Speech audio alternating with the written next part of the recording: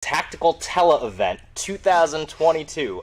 Not to be confused with the Shooting, Hunting, Outdoors Trade Show, which is absolutely not affiliated with vSHOTT in any way, shape, or form. So the name is just a coincidence. It is absolutely coincidental. There's no relationship whatsoever. Happens to be that we had a vSHOTT last year when there was no Shooting, Hunting, Outdoors Trade Show, but this year there was. And, you know, over the course of doing vSHOTT last year, we found that it was a great way to engage directly with the customers. It's a great way to kind of connect with end users and connect with everyone directly. You know, I mean, let's be honest, SHOT Show is you know, it's obviously a big deal within the industry, but it's also kind of it's kind of an affair. You have to be able to, you know, you either have to be in the industry or know somebody in the industry.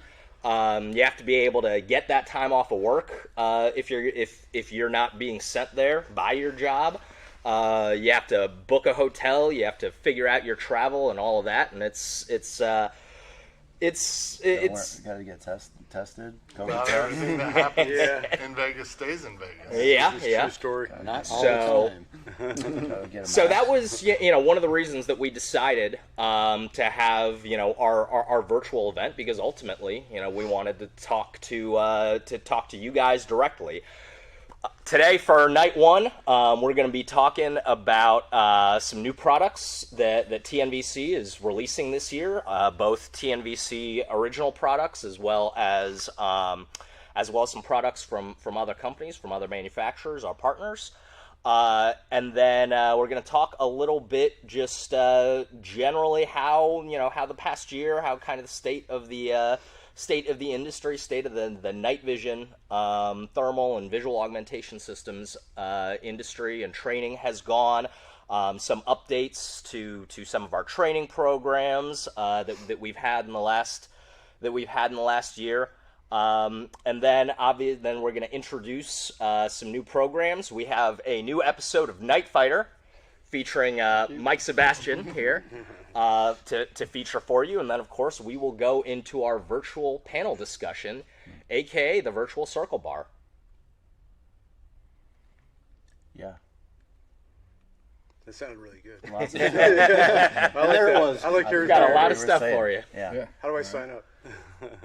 Yeah. So, what's on the agenda? I just said what the agenda. So once again, one final thing. Obviously, you do not have to be registered to be watching vSHOTT, but we are going to have some exclusive discounts, some exclusive deals, and we are going to have a ton of giveaways going all throughout the next 3 days. And the only way to be entered for those giveaways is going to be registered through our website. So if you are not registered for vSHOTT, please make sure that you do at tnvc.com/vSHOTT. vSHOTT. That's 2 T's, guys. Mm-hmm. Very important 2 T's. Yeah, the 2 T's. It's kind of correct. Trademark. Incorporated. All right. So, I mean, what did you guys think of think of SHOT Show this year? That was pretty good. I mean, definitely not as many people as before. Like it's pretty much the consensus, it seems like, but a lot more time to talk to people, a lot easier to get around. I heard that from a lot of people. It was the right people too. Yeah. You know, I mean, everybody there was there for a purpose. They weren't there just to, you know, collect stickers and patches and things like that. They were there to do business.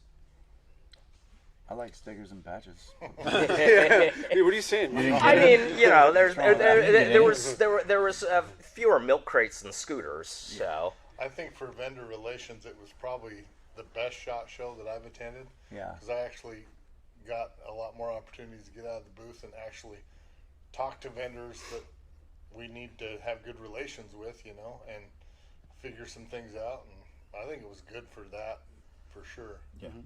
Yeah. All meat, no fat. Yeah. It was probably one of the best SHOT shows I've ever been to. There were a Productivity lot wise. less neck beards and mouth breathers this year. I noticed. Which I know. Tom, you Eric were was there. Watch it, man. I was there. There was less. There was The less. whole crew was. Not a there. zero, There's but enough less. beard on your neck for everyone, bro. So I will say, I noticed a lot fewer tactical dogs, LARPer dogs at this year's SHOT Show too than there typically have been in the past. yeah, that's true. That's also true. I think you guys hit the nail on the head. It was just easier to get around. Therefore, I think most folks had a more productive show. You didn't have to wade into the masses to get to where you wanted to go. If you needed to go to a meeting at a booth somewhere, that's pretty cool. Yeah, I mean there were fewer people there, but I was busier than I've ever been. Yeah. I accomplished so much more in the short period of time we were there. Now some of that was walking over to the Caesars. That was an interesting. That was an interesting trip. Did any of y'all make it over there to the It took me Caesars? 2 hours to figure out how to get there. Get lost inside the Oh yeah, hotel. Yeah, they had no signage. I mean, it was one of those things that was maybe an okay idea, but it was poorly executed. I had the same issue finding it. Yeah. Once I was over there, I think it's a better venue. Everything seemed nicer. It was more spread out, a lot The more carpet space. was a lot more cushiony, and people laugh about that. But at SHOT Show, you notice when you're on some cushioned Yeah. carpet. well, when you're wearing shoes like that matters. I guess. These are High filthy heels. shoes. My great grandfather wore these across the plains. they have some history. Yeah, They Those look exact like same it, shoes, bro. they've lasted all They look all pretty that good. time. The only Yeah, they planes look good that for me thing's in been that. on is a 737. I think should we introduce everybody Yeah. in case everybody knows? Yeah, let's introduce everybody. Let's start with you now. Hey, I'm Don Edwards. Some of you guys know me. I own Green Line Tactical. I used to work at TNVC. Well, What he else was you do, Don? employed by What else I do? TNVC. We don't know how much. What does work Green was Line in do? it. What's the relationship? Oh, you between don't know Green what Line Green and Line is? TNVC, yeah. Oh, well, we're a tactical and firearms training company, and probably our flagship is the Night Fighter program training. I was once the director of training at TNVC, and have several different night vision programs from DMR to Night Fighter to LENVO, and some more stuff coming up Yeah. in the works. Yeah, you're busy, man. Dude, I'm really busy. Super busy. Slammed. Yep. I'm Eric Butler. I handle special projects for TNVC.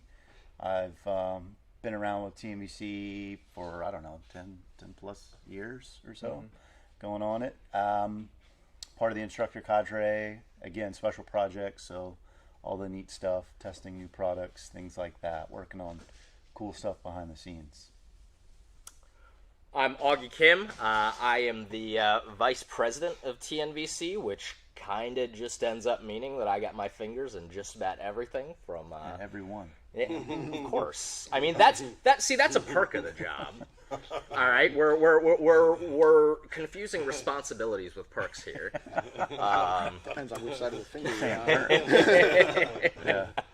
I mean, your buddy is coming to is bringing some dicks later, so. Yeah, that's true. But yeah, so pretty much everything from a lot of the strategic planning and steering for the company, marketing, product development, vendor relations, sales.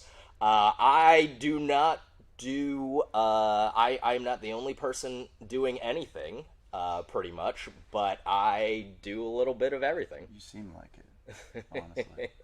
Yeah. Jack of all trades. Yeah. I'm Tom Austin. I hail from northern Utah, the 801. Represent. And I'm the director at Night Goggles, which is TNVC's sister company. Basically, I get to chase around furry four-legged creatures and put all this gear to good use and have a lot of fun doing it. So we're doing NGI Takeover tomorrow night. We're going to talk a ton about hunting. I'm going to show you my gear loadout from back home. Sounds dirty, Tom. Yeah, well, it is. It's a dirty business. I'm going to show you my gear loadout. It's a dirty business.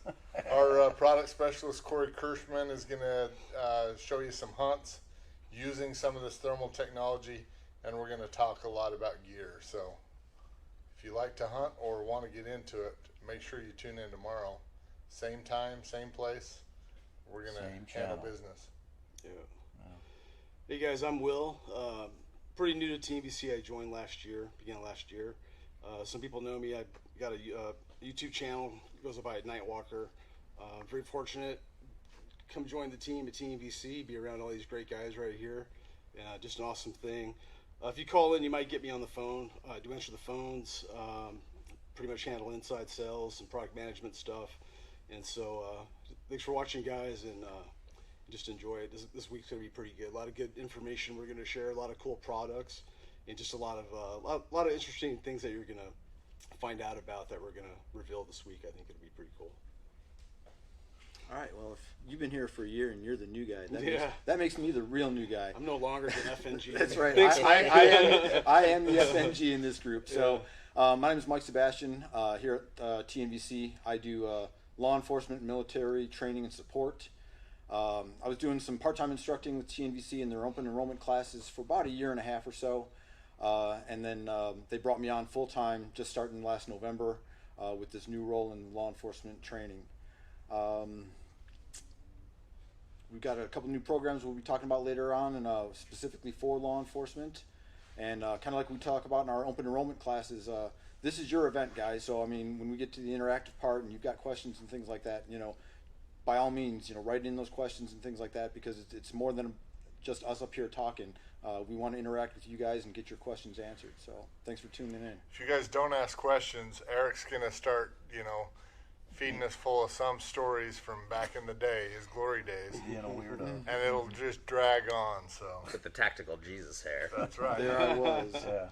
Slim Jesus. Yeah, let's just keep the questions coming. You guys don't want that. I promise. All right, so guys, keep those questions rolling. We're keeping an eye on them, and we'll get to as many of them as we can in turn. But now that you've met Mike Sebastian, let's go ahead and roll into this year's Night Fighter video.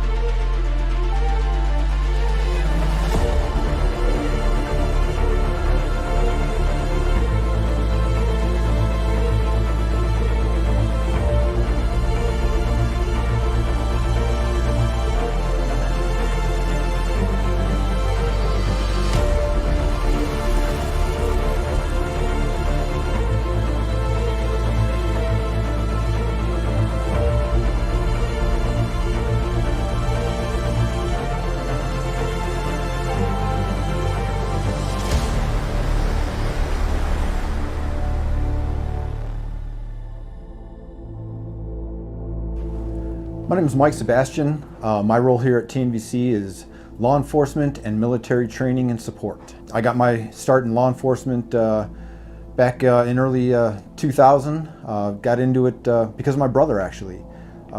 He had gotten on the department about 4 years before I did, and he was the guy that the family parties always had the cool stories about car chases and foot chases and things like that. But in the end, he also had some good stuff about really getting out there and doing the right thing and helping people and making a difference. And I had an airline background, came from the airlines, and I definitely wanted to get into something that was more service oriented, and law enforcement was the answer to that.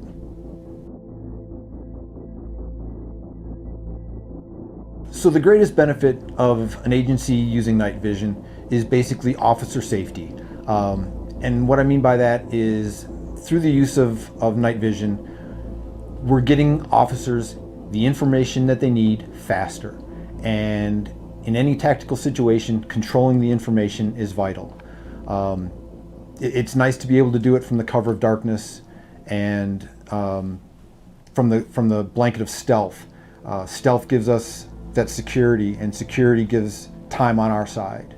And once we have time on our side, we control what happens and when.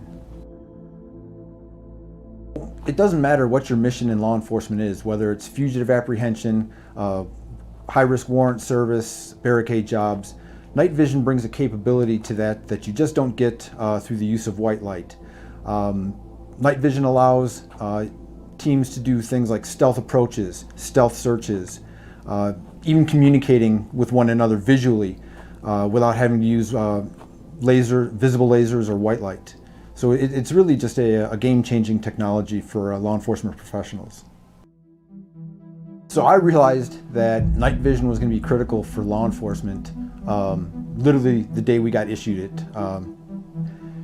We unboxed it, we turned them on, and we just instantly knew it was going to be a game changer for the way we were able to do things and the capabilities that we were going to have. I can remember one of the first times it really came in handy was we had a barricade job, and we were set up in this guy's backyard, and everything was dark, and this guy thought he was going to be slick on us and crawl out a gangway window. And with our goggles on, we sat there, and just as if it was daylight, we saw him coming out the window, and he walked into the backyard, had no idea we were sitting there, and literally walked right into being in custody.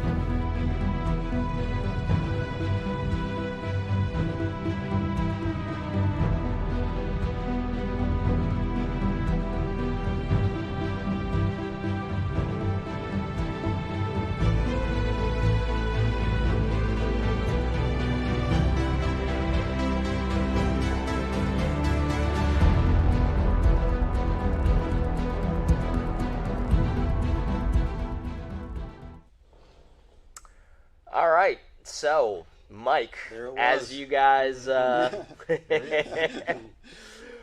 you already pointed out, not only are you this year's, not only are you our newest night fighter, but you're also the newest member of TNVC. Honored to do it. And you and Bill Peterson, our director of training, who is unable to be here with us this year for vSHOTT, but many of y'all will remember him from last year. But you guys have there have been a lot of changes, a lot of updates to the training program over the past year, haven't there? Yeah, indeed. We are constantly on the prowl for new training locations for our open enrollment programs. One of the problems we have is just trying to find public ranges that'll let us, shoot till 2 o'clock in the morning. Quite often, we get tons of phone calls, but meeting those requirements can be kind of hard from time to time. So. Yeah, so usually the way that works is most folks think they have a range that's good to go. They're like, yeah, we can shoot there at night. But they're not factoring in, can 20 people at a time shoot at night until 2 in the morning? Right. That's a big difference. Yeah, I mean, if I had $1 for every time, we had somebody call us and ask us about, running a night fighter program out at their range, and they say they can shoot at night. We say, okay, is that like 2 in the morning? They're like, well, no, like sunset, 7, 8 o'clock. And we're like, okay, that's it. Fortunately, it's just not dark enough yet to get the full experience out of the nods at like just sundown. Right. At least has to be an hour post. Well, you don't have the time. Yeah. Yeah. I mean, you'll see that on our website. I mean, if you look at our open enrollment classes right now, there's a big gap in the classes that we have scheduled between May and September, and that's just due to what time sunset rolls around. It's hard to start a class on a reverse schedule for open enrollment when you're not getting dark till 9 o'clock at night. It's kind of hard to run a night vision class, and when sunset's not till 9:30. Tell me about it. Speaking of the website, Tell us a little bit about it. But guess what? I still do it when people are willing to come out. So that's why we have what we commonly refer to as Night Fighter Season. Night fighter season. Night from fighter season. Time change to time change. Time change to maybe time a little change. bit on either Right. side. Yeah. But last year was the first year I did since I did one in Alliance in the middle of the summer and decided never again. And that's It why we just doesn't created work. Night Fighter Season. We did back one then. in Las Vegas Well, yeah. in July. Yeah, that's true. That was miserable. It was. I mean, it's one thing when you're working with like an agency, Yeah. and you kind of can tell those guys what to do, and it's part of their work day. Well, All right, they're tonight getting we're- paid to be there. Right, they're getting paid Yeah. to be there. But when you've got doctors and lawyers and farmers, Yeah. and you're like, hey, we're gonna go till 4 or 5 o'clock in the morning. I, You're like, I had some "Why- guys in do I get Colorado. money for this?" We did one in July last year in Colorado, and it was almost completely sold out. And the guys, a dude flew in from Puerto Rico to take it, and we're doing it same location. I want to say it's in August. But it's the same guys. They're like, we don't care. Yeah. I mean, also just a lot more people think that they're night owls than we actually go through a lot of Red Bulls and are. 5-hour shots. No, that's a good point, because guys that really use this stuff a lot or have experience with it. I mean, this is something that you got to stay up late to do, And so when guys first buy it, and they're like, "Oh, wait a minute, how long am I going to be doing this for?" Oh yeah, well, and that's the thing, and like to what you were saying earlier, I have one venue that no matter what, all rifle fire has to be suppressed after 7:30. Yeah. But there's still enough people in that area. That's a tall Right. order. Right, yeah, which in However, June, in June might still be the middle well, of the I fucking do it in day. the fall, but still, Yeah. but that class sells out. And Don, you can probably attest to this. How often in your open enrollment classes, do you see a sudden drop off in student performance at a certain time? They're not used to wearing the gear all night. They're not Especially used to on night 2 one. So the first night, Yeah. anytime after midnight or close to 1 a.m. is diminishing returns. Oh yeah. Second night, not as bad because and what I'll do, just so you guys know, is if I start to see you guys droning, we may still work, but we're not going to be working with loaded guns. Nope. Yeah. We'll do something else because we got a whole night ahead of us tomorrow night, and you're going to sleep in. You're going to go to bed at 2, 2:30, 3 in the morning, and sleep until late. Maybe take a nap, and then we'll start again at 3, and then we'll push. I mean, a lot of times you can almost set your watch by it because it's an adrenaline dump. Class gets started and you do your PowerPoint and your lecture and everyone's just kind of droning out. But like the minute you put on the gear and the helmets and load up the guns and make guns hot, everyone gets that adrenaline dump. Just like the first time they're going in the shoot house and they're all amped up and they don't realize how fast they're moving. It's kind of the same thing on the line. We may be just doing square range drills, but they're doing it under goggles and they've got their new plate carrier on and their new helmet, and then all of a sudden that adrenaline dump dissipates about midnight. And it's just it's just falling off a cliff. It's not a gradual thing. So, like you said, that's when you have to switch gears a little bit. But we just build that into the plan. We know how much time we have, and just adjust for the next night. And that's part of the lesson plan. Yeah, plan accordingly. But the new LE program is going to be pretty awesome. So yeah, that's the big news for this year is TNVC's law enforcement training program. I mean, TNVC has had a legacy of supporting law enforcement, providing the best gear that they can to law enforcement, and we've always had an education first philosophy.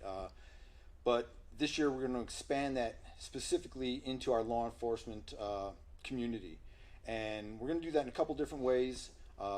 First thing we've got coming up is we are announcing that we're doing law enforcement specific Night Fighter 101 classes. So unlike our open enrollment classes that are open to, like I said, anybody that meets the prerequisites, the law enforcement Night Fighter 101 classes are only going to be available to currently serving state, federal, or local police officers. And the reason behind that, there's a couple reasons behind it. I mean, we're not doing anything different in this class that you can't do in an open enrollment class. We're not, giving away the recipe to the secret sauce in this class. It's going to be the same curriculum, but it's going to allow us to go to more ranges. Again, we talked about the problem with public ranges. Well, if we're using private police facilities, they can often do whatever they want as late as they want. So we can take the program to more places. The other thing it does is a lot of times police officers can't make it to the open enrollment classes on the weekend because that's part of their duty day or anything like that. Well, now if they come to a law enforcement only class, that is their duty day, so they don't have to worry about taking time off on the weekends or being away from the family on their days off to come to a class. Are we going to talk about things in this class that are law enforcement specific? Absolutely. That's just what's going to happen when you put 12 to 16 police officers in the room at the same time. I mean, we're going to talk about things like use of force policy. We're going to talk about how to fund your night vision purchase for your agency, things like that.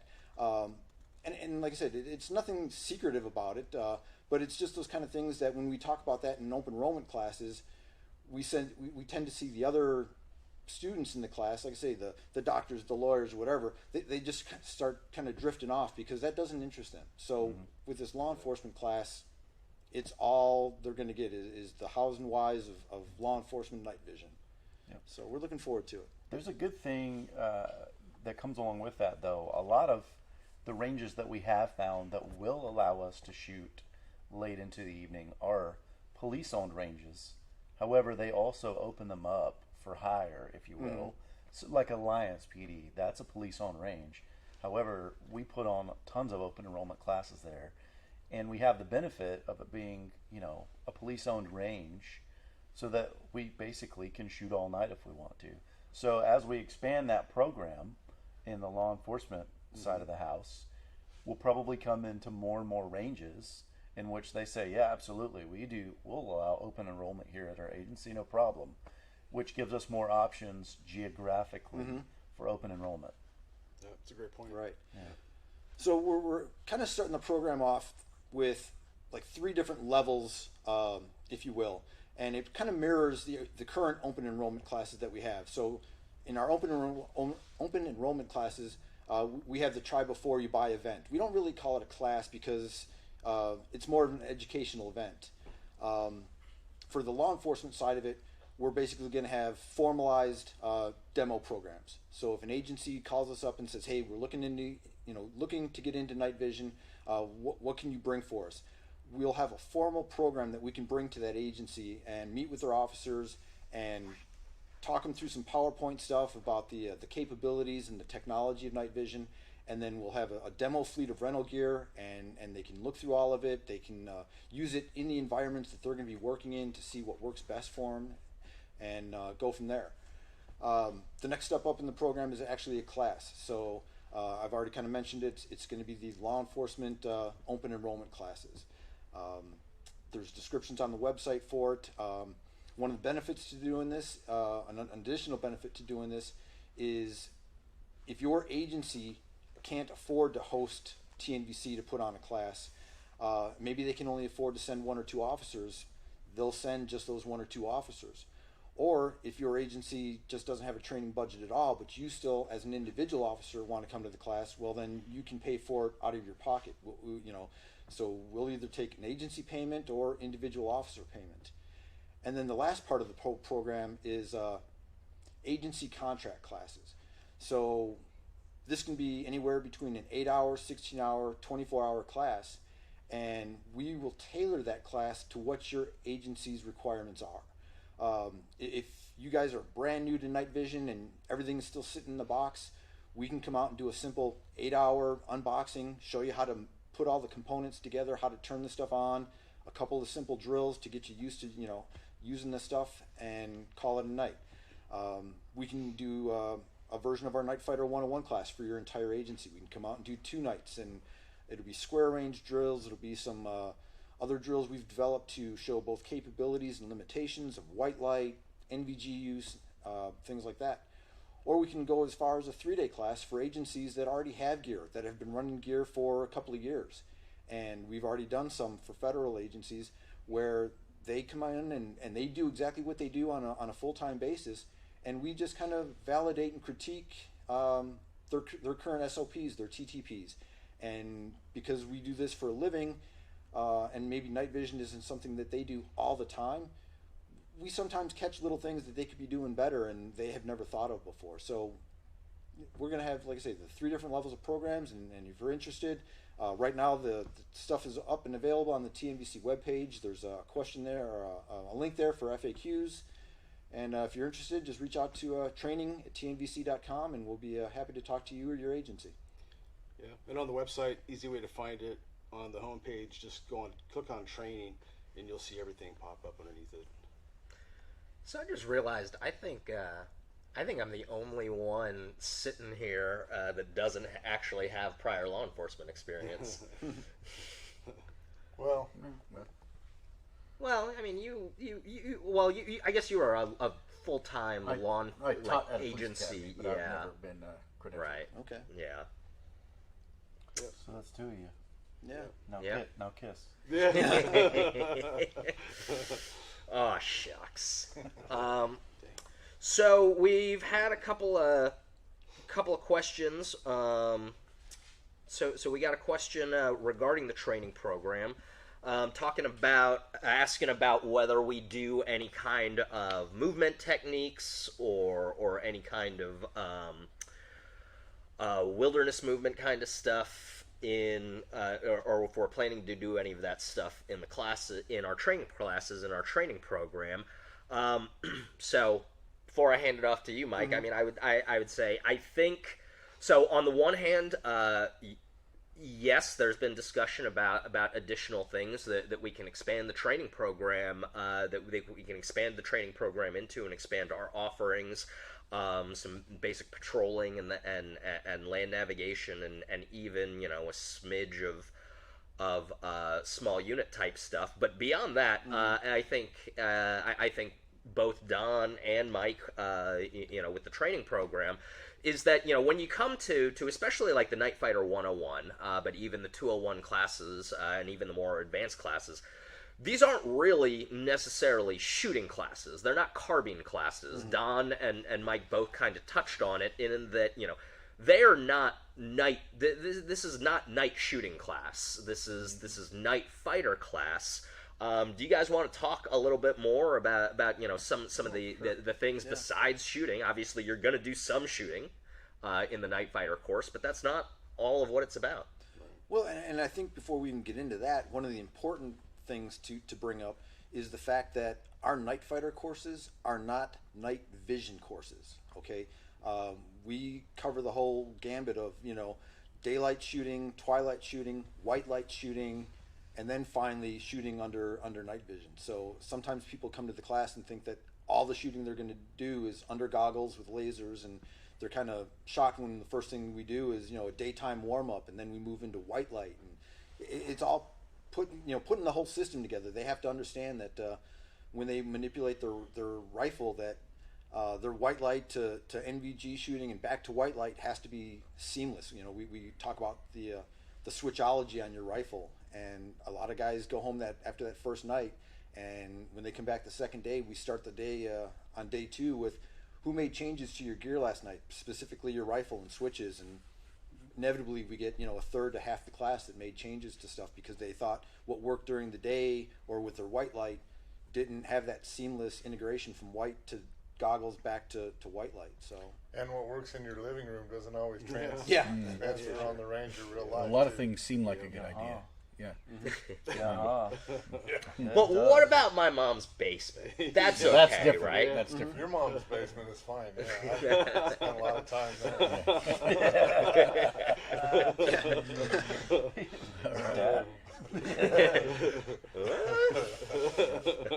But yeah, it's not a shooting course at all. I mean, my Night Fighter, and I tell people that right up front, is the reason that I have prerequisites, and it's not that I'm going to check your certificate or I'm going to call Pat McNamara and ask him if you actually took a class from him. It's because if this is the first shooting course you've ever taken, you're going to be more worried about your shooting, and you're not going to be listening. You're not going to be absorbing the information that I'm trying to put across to you. So it's a night vision course, or it's a night fighting course, it's a night operations course, where we do a lot of shooting. right. Shooting is the vehicle. Shooting the guns is one of the primary vehicles that we use for the learning to occur in it, because that's really what most of this equipment is designed around, is the idea of shooting guns and fighting other people with guns and stuff like that. You may be playing hide and seek without a firearm at all. You may be doing a walkabout to see how people hide in shadows. Yeah, whatever. All sorts of different things. But Like I mentioned, we develop drills to show you Some kind of the capabilities, and more importantly, the limitations of your white light, of the goggles, of the whole system. So it's not all just about the shooting. But right. What's the saying? It's a beginner night vision class. It's not a beginner shooter class. Right. You could call it an advanced shooting course. Yeah. I mean, with that said, I know in the I took the class in April. I mean, there was quite a few guys that had taken other classes that were really impressed with the class. It's not necessarily a beginners only class either. There's plenty of guys that had taken other classes that found a lot of value from it. So, You know, just something where I think some guys, it's like, hey, if you've taken other classes, even other night vision classes, you're still gonna learn stuff when you go there. So. Yeah, I mean, the best way to say it is like, you can get away with sloppy tactics, sloppy weapons handling during the day when you can see things, but at night, that stuff has to be second nature. You know, trying to reload your rifle, trying to clear a malfunction. If you're having trouble with that in the daylight, then it's going to be just downright impossible for you to do it at night. So. Yeah. Well, and I'll talk about this real quick, because this is a trend that a couple of other people and I have actually kind of identified. Is it seems like there are a lot of guys who are. I mean, we know that a lot more people are getting into night vision. You just look at the sales, right? It's the last So piece of unconquered land. it's huge. It's probably one of the fastest growing segments of the if you want to call it the shooting, you know, most definitely world. But you know, it's not the biggest, but it's probably one of the fastest growing. I'm seeing a lot of guys, they get into night vision and then they get into shooting. And it used to be the other way around, where it's like you've taken all the gas it up, burn it down, you know, flip your gun to the side, you know, shooting classes. Then it's like, what's next? Yeah, You I know? have plenty of customers calling me wanting thermal or night vision, and I'm like, well, what are you gonna what are you gonna shoot? do? What are you gonna? Yeah, I use it haven't on? figured that out yet. Don't know yet. Yeah. I just ordered a rifle. It'll be here in a couple of weeks. You know? Right. You know, so and if you kind of look at this, and you know, I'm not bagging on the Facebook groups, but if you pay attention to the trends, you see a lot of guys who they get their helmet and their nods set up, and then they're like, okay, guys, how do I set up my rifle? Yeah. yes It's like, really? yeah You know, absolutely Or my favorite, how do I set up my night vision rifle? right? No, it's just a rifle. All my rifles have mauls on them. They should have the same Almost all of them. capability, I do have more rifles than I have mauls, but close. but your rifle should be able to function daylight, nighttime, whatever, because it's, you know, Yeah, but that's you kind don't of get to pick the time and kind of a place, trend that you know. we've seen a lot of, and it's like, guys, get out there and train, get good with this stuff, because as soon as you try to do it at nighttime, you're behind the power curve when it comes to learning, I guess. The learning curve is much steeper for you. get out there and buy more to money. To go full circle, Augie, and the original bulk of the question was about land nav and things like that. It probably won't happen this year, but Bill and I have been talking extensively. This year, we renamed Armed Professional to Night Fighter 201, and we're making some curriculum changes to that to better showcase both capabilities and limitations of the night vision system. And we've already had some preliminary discussions about a 301 level class, and a 301 level class will be more tactics based, more movement based, things like exterior movements, land navs, and things like that. That'll probably be a 301 level class, and with any luck, we'll have that up and running this time next year. That's a walkabout, Eric. Yeah, I just didn't know if that call was it some that. kind of Utah thing. Or Night It's an Fighter Australian walkabout. thing. A walkabout. Yeah, I thought it was a Crocodile wallaby. Dundee. I thought it was a wallaby.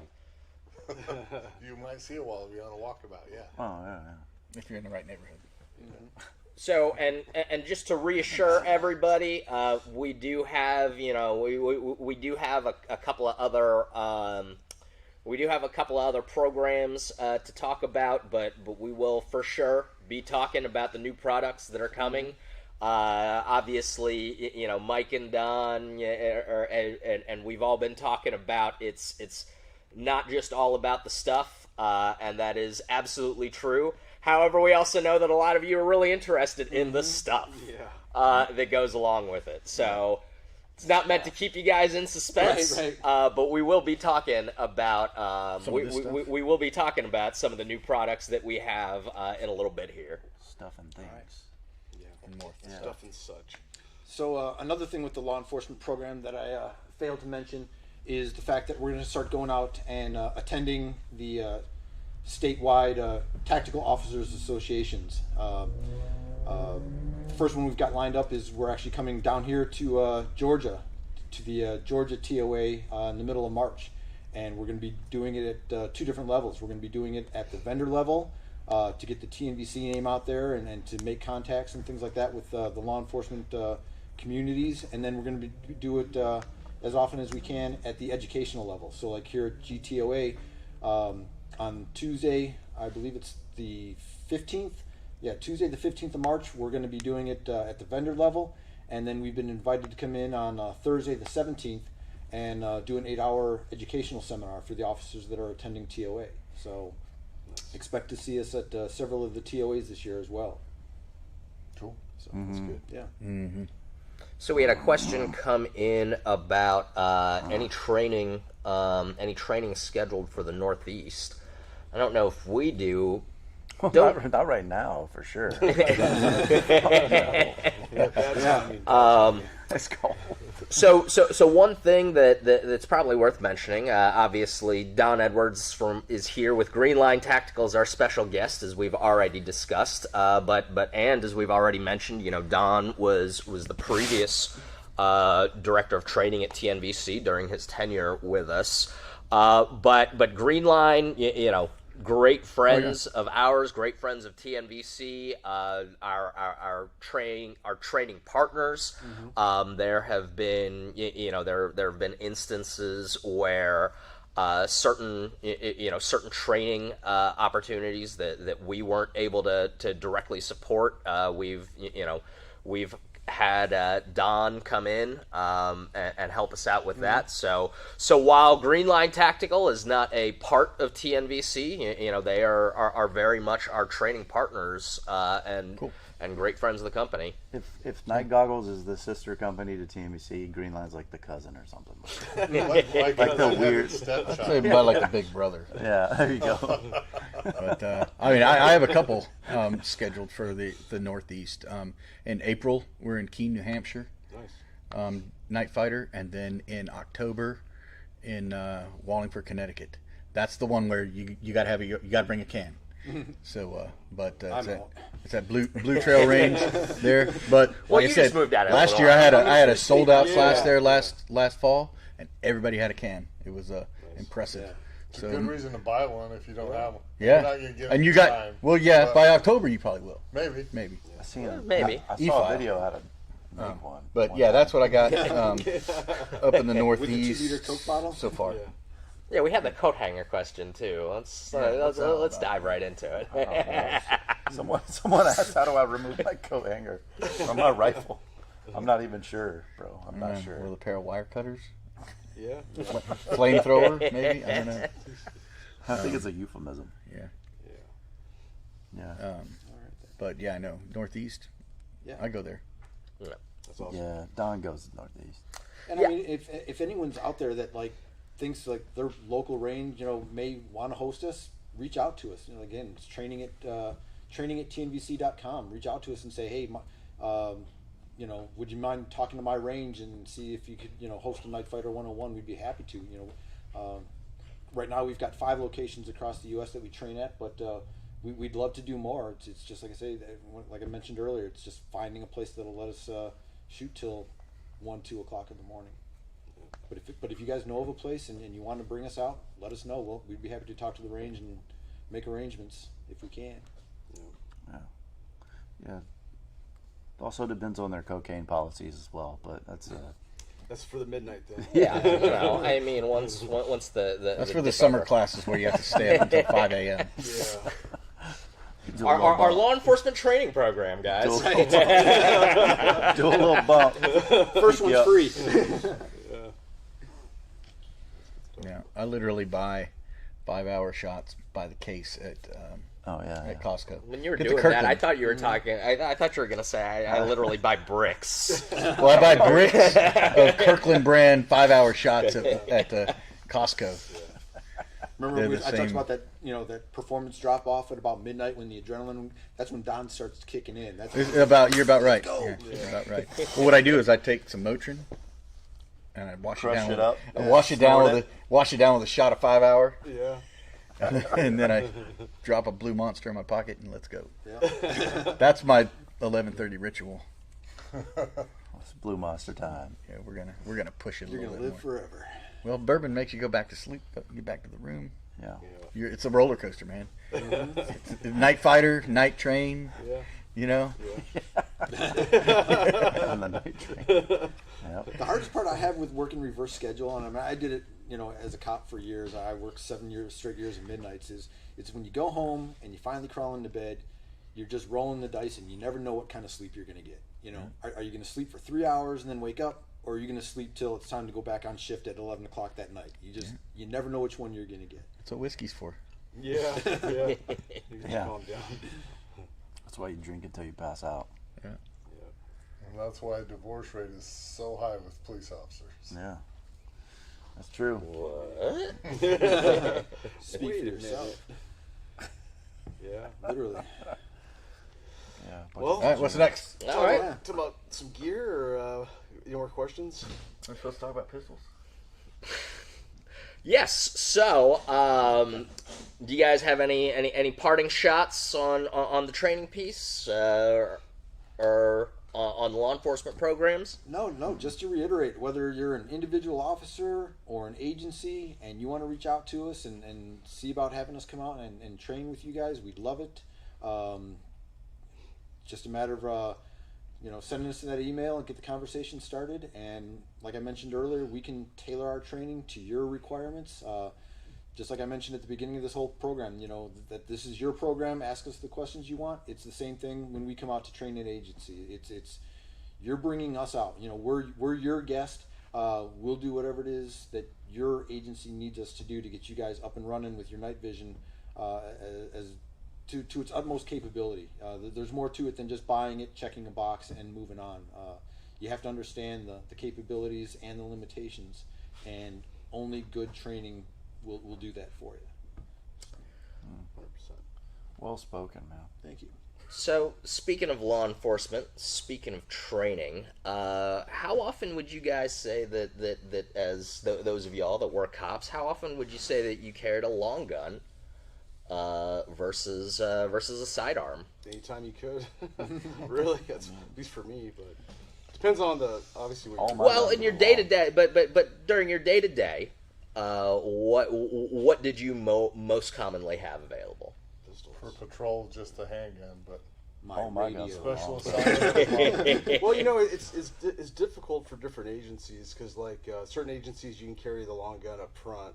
Other ones it has to be in the trunk, and so if it's up front, it's way easier to get to. So if all you got's a shotgun, or if you can put your AR up there, I mean, you're going to take it, whenever you can. But if you're jumping out of the car, Man, you got y'all- your gun on you, your pistol. So You guys are missing the key. Y'all are Yeah. dedicated Yeah. to Trying to making this segue into transition as talking about difficult pistols. as possible. I got it. Like, you guys are See, dumb. that's guys the are Army dumb. thing. We weren't cops like I the need rest of 5 these hours, guys. Don. Next time I'll bring one in for you. The answer is pistols. So with that, we are going to get to our first real discussion of stuff. Obviously, like we said, our emphasis has always been on the education and on the training, and that's why we feel, that's why the discussion about the training program and about some of the things that we do with training came first. But once again, we know that you guys are all super interested in stuff.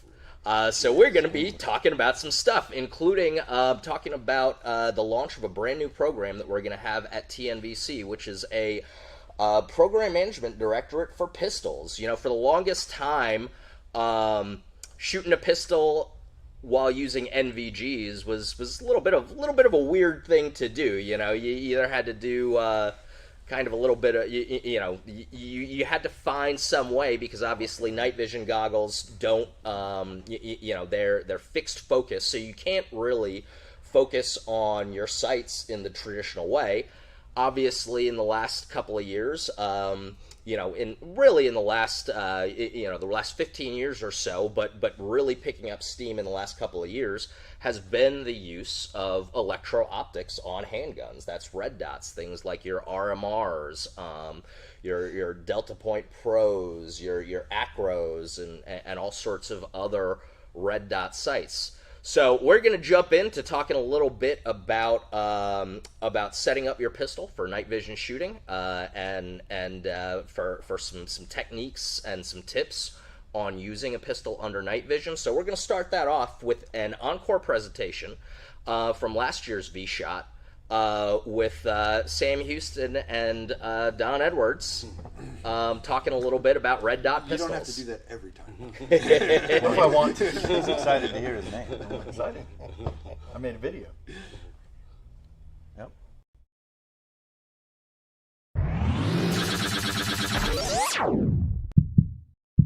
Today we're going to talk about how to set up a pistol for night vision shooting, and then some of the history and accoutrements involved.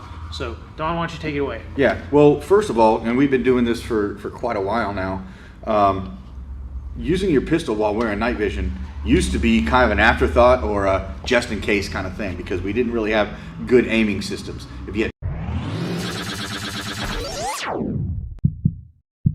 Today we're going to talk about how to set up a pistol for night vision shooting, and then some of the history and accoutrements involved. So, Don, why don't you take it away? Yeah, well, first of all, and we've been doing this for quite a while now, using your pistol while wearing night vision used to be kind of an afterthought or a just in case kind of thing, because we didn't really have good aiming systems. If you had tritium sights, you could line those up and be somewhat passable. You could put a laser on there, but if you put an IR laser, which would work great, it's kind of a one-trick pony and a lot of money to spend on something that only does one thing for you. And a visible laser would basically take away your passive aiming. Nowadays, with the trend, and I say it's here to stay, of putting red dot optics on our pistols, it really brings the pistol into the night fight, if you will. And one of the reasons I believe that it is here to stay is just about every major manufacturer that makes red dot optics makes one now that is specifically designed to go on a pistol, not as an afterthought. And almost every major firearms manufacturer that makes duty grade or duty pistols makes optics ready versions of those pistols. So we got that going for us, and we just keep going forward. Every year they come out with something a little bit better that does what we wanted it to do. So now that we have these on here, it really is, you know, as Sam would say, The future is now. yeah, well, the future is now, but it brings the pistol into this game of night vision stuff, where it didn't really used to have a front row seat. Yeah, now it's, I would say it's almost equal with a rifle in terms of, you know, its viability under night vision. Yeah. And they, you know, as Don mentioned, in the past we used to use lasers, be they Viz or IR. Another thing to think about, or that was a kind of an issue with utilizing lasers, was holster support. Nowadays, you know, the trend is obviously weapon-mounted lights. Everybody makes a holster for this particular light. This is a Surefire X300 Ultra. This is a Surefire X300V Vampire light. The amount of holster support for a setup like this is, you know, almost limitless. So when you set up a gun, generally these are the bases that we're going to have to hit and cover to have something effective for night vision, you know, pistol shooting. So the first one, go ahead, Don. Well, stuff that we need on here. Yeah. Well, obviously we already talked about the red dot. You want to have some sort of mini red dot optic, one that is reliable, that's going to work, that's designed to go on a pistol, right? And ideally, it should be night vision compatible. You can get away with some that aren't by turning them all the way down, but it's not going to give you what you really want out of it. You want one that has night vision settings on it, right? Another thing is and a light. We already talked about the lights. We like the brightest white light I can get, but some people have a preference for having some sort of infrared so they can stay 100% passive, and I get it. So a vampire light or something like that makes sense for some people, but those are the main things. And and sights. I still like having iron sights on there. Yeah, I depend on aim points are reliable, but having some backup sights are good. And if this is going to be a night fighting pistol, we really don't recommend the tritium. It seemed like a great idea until you turn on your nods, right? And now you've got Four orbs of light. 3 to 4 different glowing things out in front of you as you try to put one of those on your target and pull the trigger. So stay away from that. We've learned that the hard way from watching other people struggle with what seemed like a great idea at the time. Yep. So those are just a couple of things to keep in mind, bear in mind when you're setting up a pistol. If you want to, milk as much capability out of this platform as possible, doing this stuff to the pistol, it's going to give it, a whole lot of potential that you may or may not have even thought about. So, if you haven't done it yet, it's 2021. We put optics on our handguns and we shoot them, from muzzle out to 200 yards, day or night, rain or shine.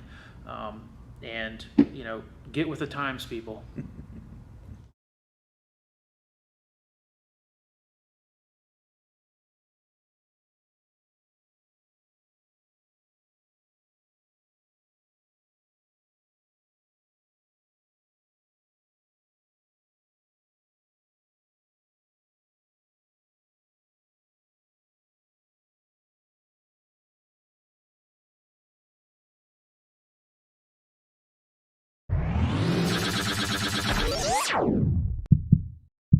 Hey everybody, I'm Don Edwards from Green Line Tactical. And I'm Sam Houston from TNVC and Green Line Tactical. Right. So let's say now you're at the point where you want to shoot. You've got your pistol set up correctly and you want to get out there and start shooting at night. We're going to go over some TTPs on how to do it. Right. Yeah, some techniques. And we've been shooting red dots on pistols during the daytime for quite a while. And we've also been doing it at nighttime. And the two really make you get better at each other, right? So here's a few things to remember about your night vision. If you're experienced at it or not, you may not have actually thought about this. Your goggles only show you, or you only see through your goggles exactly what it is you point them at, right? So if I'm looking down like this, I'm looking down at the ground, right? If I want to look up at you, I have to raise my head up, not just look at you, but I have to point my NVGs at you in order for that image to come into my eyeballs and into my brain. Same thing when I'm shooting the gun, right? So when I'm shooting during the daytime, I've got to keep this thing level with my line of sight, so I'm looking directly at the back of the gun, right? If I flip it up, if I flip it down, I'm not going to be seeing it, right? So I've got to present the gun straight to my target so that my line of sight is directly to the rear of the gun, looking straight at a 90-degree angle of the glass. So that's great, right? If I bend my head down, I'm not looking that way, but I can kind of get away with it. But if I do that with my NVGs on, I'm looking basically right down here between my hands if I do that, okay? So I have to also raise my goggles up.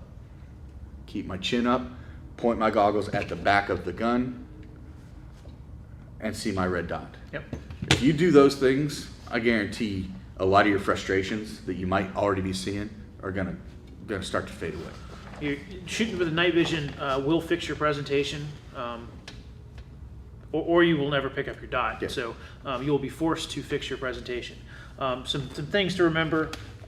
You want to have a manually adjustable red dot if at all possible. If your red dot is not manually adjustable, it's probably not night vision compatible and is not ideal for this. So you want to be able to dial up the intensity or down depending on your lighting conditions and then the size of the target and everything like that. And you as the end user need to get good at being able to manually tweak the brightness on the red dot as your environment changes. But another thing we've noticed in night vision classes during the pistol portion is most people, this is a generalization, but most people tend to shoot better, more accurately under night vision. And we theorize that because their peripheral vision goes from 180, 190 degrees down to this shrunken toilet paper tube of 40 degrees. So they're not being distracted by all this stuff going on out here. It's just like, this is our problem, this is what we're going to deal with, and this is all I can do.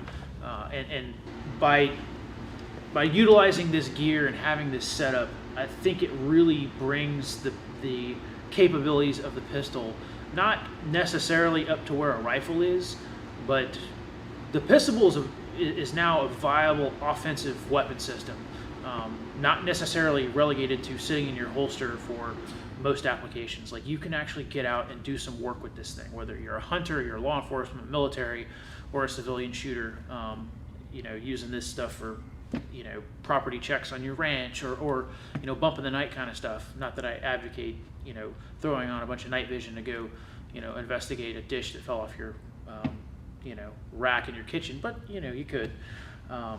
But having this stuff, the pistol's a really effective piece of gear for a lot of different stuff.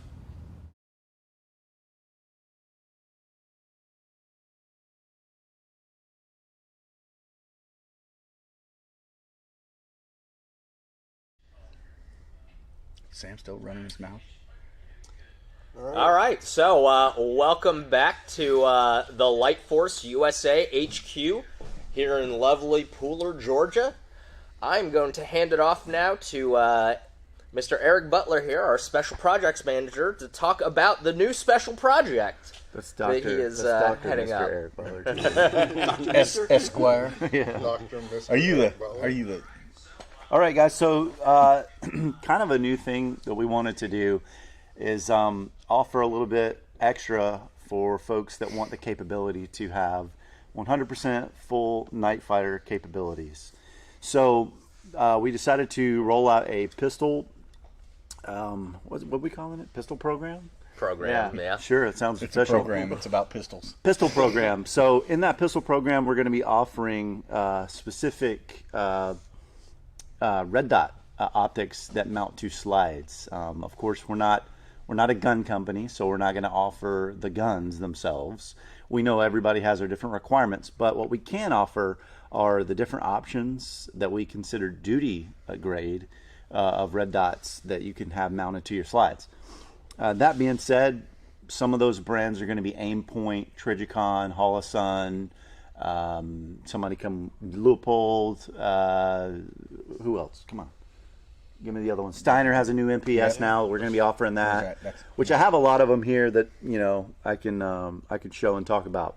But probably one of the most often overlooked things that we see whenever we do night fighter classes is plenty of folks come with like a really nicely equipped rifle, but it seems like their pistol is almost an afterthought. And the reason that that's so important, the pistol is so important, is because when that rifle goes down, you're transitioning to that secondary, that pistol. So it needs to be just as capable as that rifle.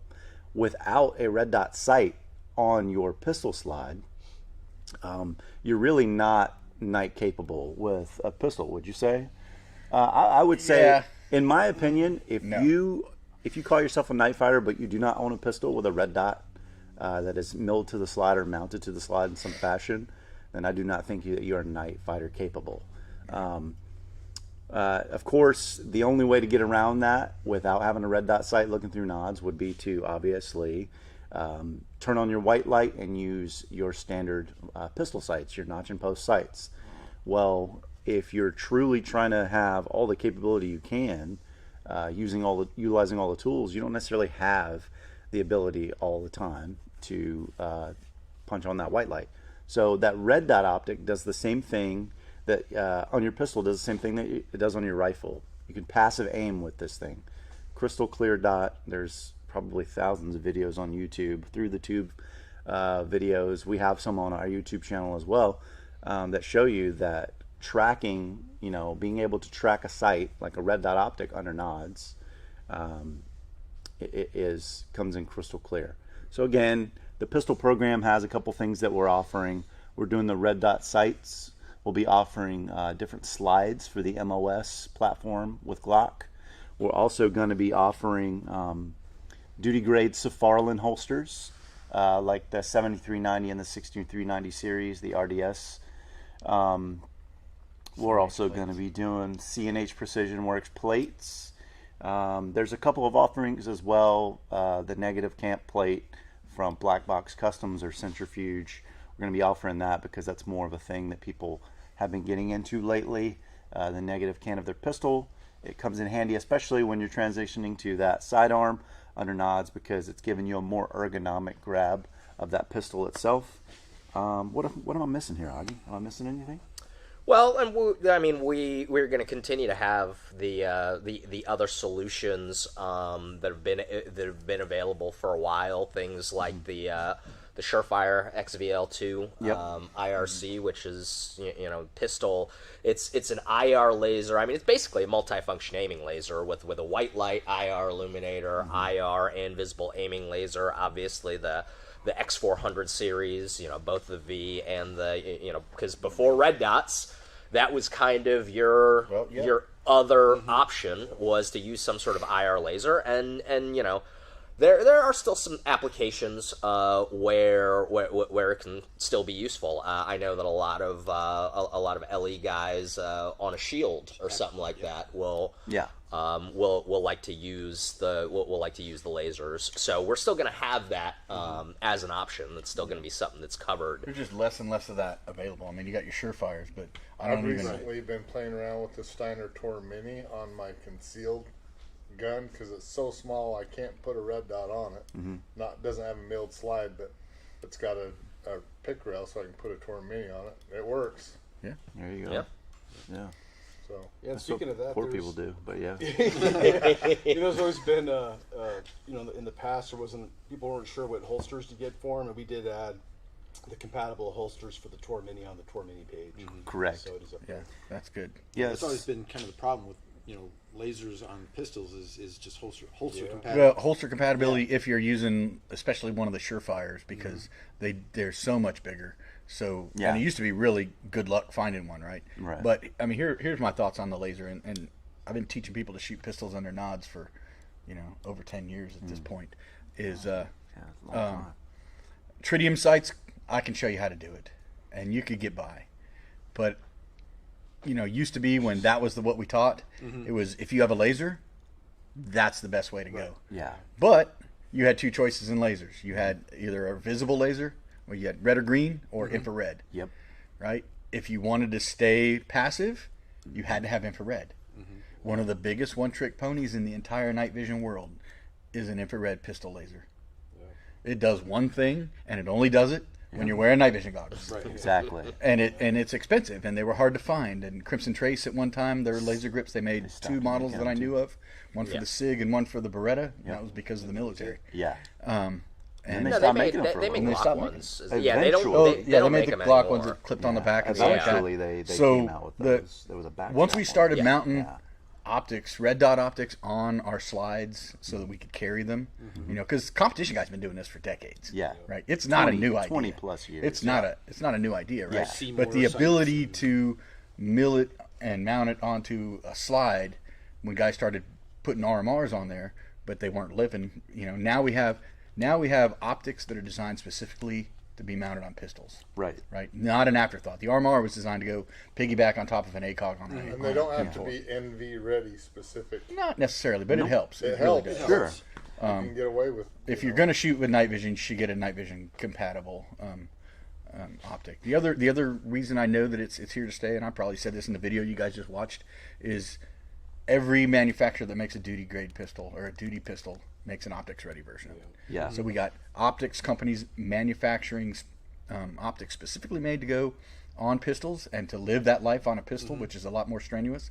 And all the gun companies are making pistols for that. So we've got so many cool options. Yeah. And it's just the way to go. And it's made the pistol a truly full spectrum 24/7 fighting pistol. Yeah. It's amazing in a low light environment with a red dot. And it's like pistol whipping a blind kid with nods on. Yeah, basically. And the great thing is unlike the lasers, the holster technology kind of kept up with the pace of the red dots too. Yes. Originally when Safariland first started doing red dot holsters, they were open topped, bucket level 1 holsters. Yeah. And now you get it, you can get it where it's more than level 1. You can get the little protective cover that flips back over the rear of it. So they're advancing that technology. Almost as quick. It's so cool, Mike, because all these things started to come about in a time period when the industry was listening. Yeah. Because there was a time when it comes to night vision and the consumer market, it was you get what you get, don't throw a fit. And it's only because we're making this for the Army that we even have any to sell to you. And now we have products. We have a dude in the room right now that made a product specifically for the consumer market. And we have products on this table that were driven by the consumer market. And the red dots on pistols, I believe, even law enforcement is slower to adopt it than the rest of the community. But see, here's what's good about that is that most law enforcement agencies use Glock pistols. They have the largest share of the law enforcement world. Glock does. Well, Glock, I mean, they're not even making non-MOS pistols anymore. Right. So they're forcing the hand because that is the future. Whether it's you not want, been the future today. It's whether been you're the future gonna for put an 10 optic years. on it or not, you got optics ready. Yeah, Well, exactly. and I mean, even like UTM and Simunition are now are now making optics. They're making their force on force training pistols. Yeah. They're making them optics ready and using MOS patterns and. Yeah, just to reiterate, I mean, red dots on pistols is not a new thing. The competition world started that trend. It's been going on for 20 plus years. The thing was, though, the race to make a duty grade one that would hold up to the use and abuse of such short recoil, strokes and spike, it was there. I mean, I think the first viable option that was considered duty grade was probably the RMR. Yeah. But even then, there was a cottage industry of life hacks on how to keep it alive. You had to know how to bend the battery spring. Right, and put a shim. And first shim it. It was Electric layers tape on of the tape, battery. and then people made ceiling plates. You know, and stuff. I mean, I don't think anybody's going to go around recommending it these days. But the daddy of red dot holsters, is the Safari Land 6354 DO, and that DO is Dr. Optic. That's what it means. That holster was made It's Mr. for Dr. Optic. for Dr. customers, Dr. which I don't is Doctor even. I think they call themselves Noblex now, but I don't think they even make the Doctor anymore. DOCTER, by the way. Yeah. 'Cause they're Noblex. Germans. Yes. Noblex, and it was, I mean, the history of red dots is kind of cool. But the duty grade stuff, I mean, every red dot manufacturer worth their salt is now making a duty grade red dot for pistol slides. We're going to carry all the most popular brands that we consider duty grade. That's a very asterisk there, that we consider duty grade. No offense. It just is what it is. We have taught a lot of classes. We have been running red dots on our pistols since at least 2013. Thousands and thousands of rounds through them. We know what works and what fails. We have the benefit of doing that. So we're going to carry the stuff that we consider duty grade. And again, we can't, if you call us up with some obscure like CZ and you've got some weird optic and you're like, hey, can you get me a holster for that? We're going to tell you no. It's because we can't support every manufacturer, make, and model of pistol out there. We're going to go with what we consider the tried and true duty stuff at first. This is not a tactical holster company. Yeah, we can't become a holster company overnight. However, we can offer you what you should buy. But holster companies think they can become night vision companies overnight. So I mean, I don't know about. Yeah, it's weird. There's a lot of companies doing that. Yeah. Yeah, there's a lot of companies doing I that. have a theory on why LE agencies have been so slow to adopt this. Why is that? Well, first and foremost, you got to remember that the brass are the old guys, the old dogs, and Yeah, the boomers. those guys don't know it. They don't understand it. It's because they've never looked They through don't this. want. They don't want things to change. Their method worked, and that's all that matters to them. But the And thing so we got is, to convince them otherwise. seeing is believing. So you take someone with failing eyesight, like the brass at your department, if you're a law enforcement guy, and you put this in their hand on the range, and you say, see, you can even see it now, right? And they'll believe it. Seeing is believing. A lot of folks don't want to admit that this is better. There was a fight in the 80s about red dots on rifles. Yeah. Well, We went through and the same thing with aim points on ARs. and I think too, especially when it comes to red dots, on pistols and night vision specifically. A lot of people talk about the transition from if you've been shooting iron sights for a long time in the daylight, Sure. And then transitioning to a red dot pistol, and there being that learning curve. I mean, I think taking somebody out with a red dot pistol with nods like that, you want to convert someone quick Yeah, to that's the way red to dot do it. pistol. We could talk all It's- night about that. I have a 2-day course that will help you transition from iron sights to red dots. Well, and at some is point, true. I think agencies will eventually get to the point where when the new recruits come into the academy, from day one in the academy, they're going to be shooting red dot pistols. That's already happening in some You know. places. Yeah, They're it's- starting out with that. and They're not they're even looking teaching back. irons anymore. And one of the things that I've seen with my students is the ones who never really had any experience with iron sights. Pick up red dot. They don't understand what the struggle is to learn Red iron dot. sights Or with a red dot. With the I red mean. dot, yeah. And other guys have taken out their friends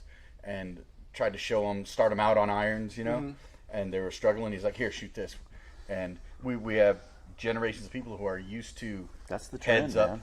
heads up video game type stuff. Yep. It's intuitive. Yeah. Right. And you know, they don't have to unlearn anything. They're used to the heads up video game, which is a red dot or some sort of reticle, Yeah. and it just makes sense. Put the red thing on the thing, I mean, pull the thing. It was unheard If it's of. all you know, then it's gonna you're gonna learn it that much faster. But if you are having, like Augie said, trying to transition from irons to red dot, it's going to be a learning curve, and the officer, the agency have to understand that and have to put in the support. It's not just a 4-hour transition course and then you're ready to hit the street. That there's going to be you have to maintain that training until you're proficient with it. When Yeah. I was a young officer, just like fresh out of the academy, I remember going to my superiors and requesting a holster that I could have a light on the gun, and they shot it down for 2 years because they're like, "No, we're used to doing this, and if you have it on the gun, you might shoot somebody." And I'm like, "This is ridiculous." So we had to retrain their brains to say that a white light on a weapon is good. It's smart tactics, and good practice. And this is, it's no different here. Not only that, but everything in your department when I was there was low bid.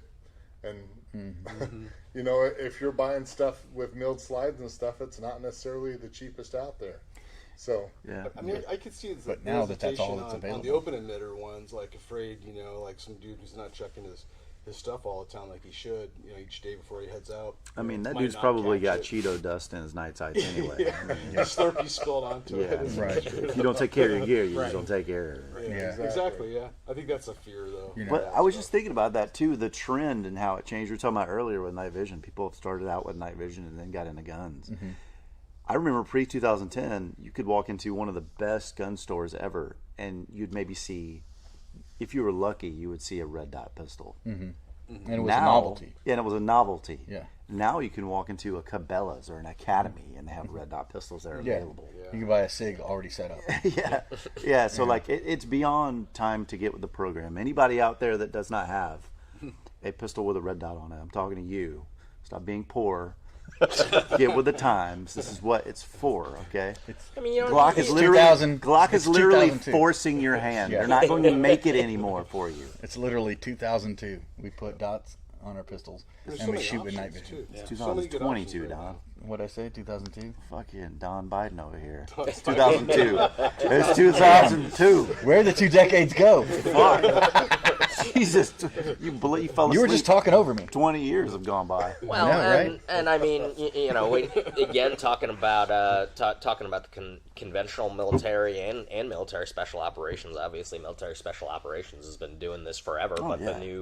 the new M17, and M17 yeah, and M17 and M18 are all They're already optics ready to go. That's for they're- conventional. That's for conventional, right? Yeah. Yeah. So Yeah. Big army. so They there's don't no come with excuse optics, anymore, but they're people. optics ready. Yeah. There's no excuse anymore, people. Oh, so the Steiner MPS. What do you guys think about it? Does anybody have any first impressions? Well, on let's go out and shoot it outside. it? Why go outside? Why go Let's just outside? desk pop it right here. All right. I don't give a shit. It's not my building. Yeah. So the new Steiner MPS will be carrying that as well. I'm a huge fan of it. I don't know. Aesthetically, it's very nice. I like the eye box of it. It's good to go. I mean, in my opinion, I haven't ran it yet, but as far as aesthetics and from what I hear from trusted sources and people that do run it, it's good to go. What do you think, Augie? I mean, the little I've run it, the little I've messed with it, yeah, I'm gonna have to disagree with you on the aesthetics of it, but fortunately, aesthetics are not, are not a critical factor in function. Open your eyes a little, dog. You're only seeing it from a skewed You view. know what? I could see it. It's got kind of, it's got almost a steampunk look to it. Everyone so if you're shit into on the that, the acro. Everyone shit on the acro. It's like everyone the shit. lunchbox. Everyone shit on the 509T. They're like, it's just a big square. Well, what do you want? What do you want? It's like, then they pick your up their scope's rifle just a with big EOTech tube. on it. Yeah, then you put an EOTech on your rifle. Well, this is definitely Well, then they German make the optic engineering that at was its the circle. finest. Which was that? Was that Trigicon? This the SRO. We'll be carrying the SRO as well. Yeah. No, but I mean, again, I haven't had a whole lot of time with the MPS, but I'm liking it so far. I mean, it was very new at SHOT Show this year. They released it just a little bit before SHOT Show. Yeah, just but just it's before. Yeah. pretty new little red dot. Yeah.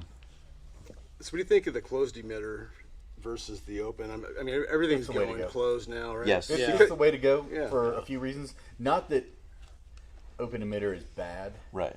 It does have potential weaknesses, but a lot of the weaknesses that people worry about aren't Geodust. really that much of a thing. Yeah. Right.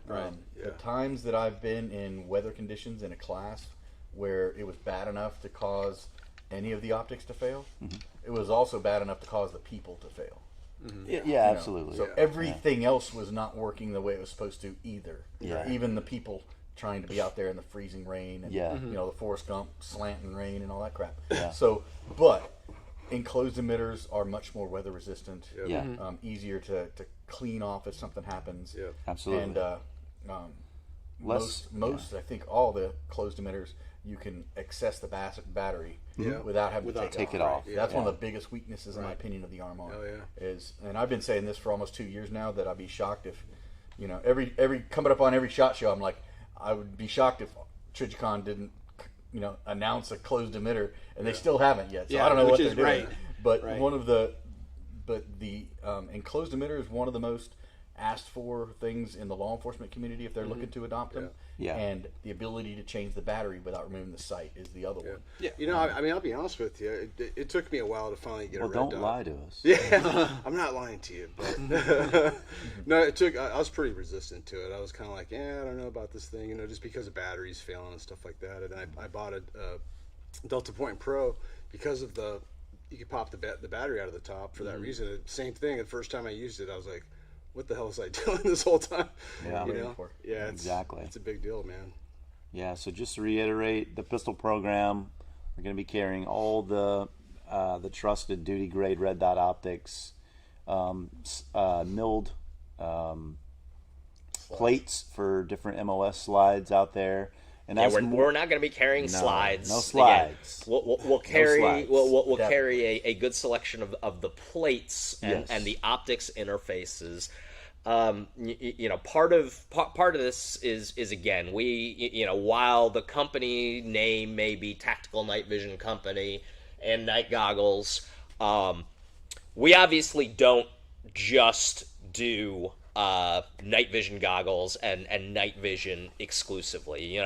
To us, kind of anything that falls within the purview of your visual augmentation systems. That's your night vision, that's your thermal, that's your lasers, and any of the infrastructure that you need in order to be an effective professional, whether you are a professional hunter or law enforcement or military, and or if you just happen to be a civilian enthusiast. But anything that has to do with that ecosystem related to night vision is going to be part of what we bring into the fold of TNVC. And then obviously there have been certain things that we've carried at TNVC that have been more or less related to pistols at a certain point in time. But us standing up a pistol program specifically really is just a reflection of, at this point, we consider having a red dot or having a night vision capable pistol as critical a part of your night fighting ecosystem as, you know, the goggle itself, your helmet, the laser on your gun. It's something that you need to have to be an effective night fighter. Yeah, absolutely. Even if you're just a professional grandson living in grandma's basement. Yeah. Yeah. We've That's got still you a covered. professional. Yeah, You can You're be a getting professional LARPer. exactly. I You're know getting several. paid. Yeah. Yeah, all it takes to be professional is to get paid. To get paid, you know. I mean, if you go to the TNVC training FAQs, you know, there's 3 recommendations that we have for every student coming to class: a good quality 2-point sling, a tall mount for your rifle optic, and a red dot for your pistol. If you come to class with those 3 things, Like just those 3 things, nothing else. Yeah. No pants. No rifle. pants are optional. Just the tall mount for it, Yeah. and a sling to put on the tall mount. I mean, Why? if you're, Why? I mean, you may as well just put the optic on tripod and kind of wheel it around. Yeah. And so we did have a question come in that you know is I think is kind of interesting, asking about what comes next technology wise after pistols, and I don't think that I necessarily have a good idea. And one thing that I would point out is that Thursday is really the day that we're going to be talking about kind of, you know, about future technology and future progressions and stuff like that. But I'll be honest, I didn't really think too terribly much about what comes next with pistols. I mean, do y'all have... You're talking. The question was specifically when it comes to pistols.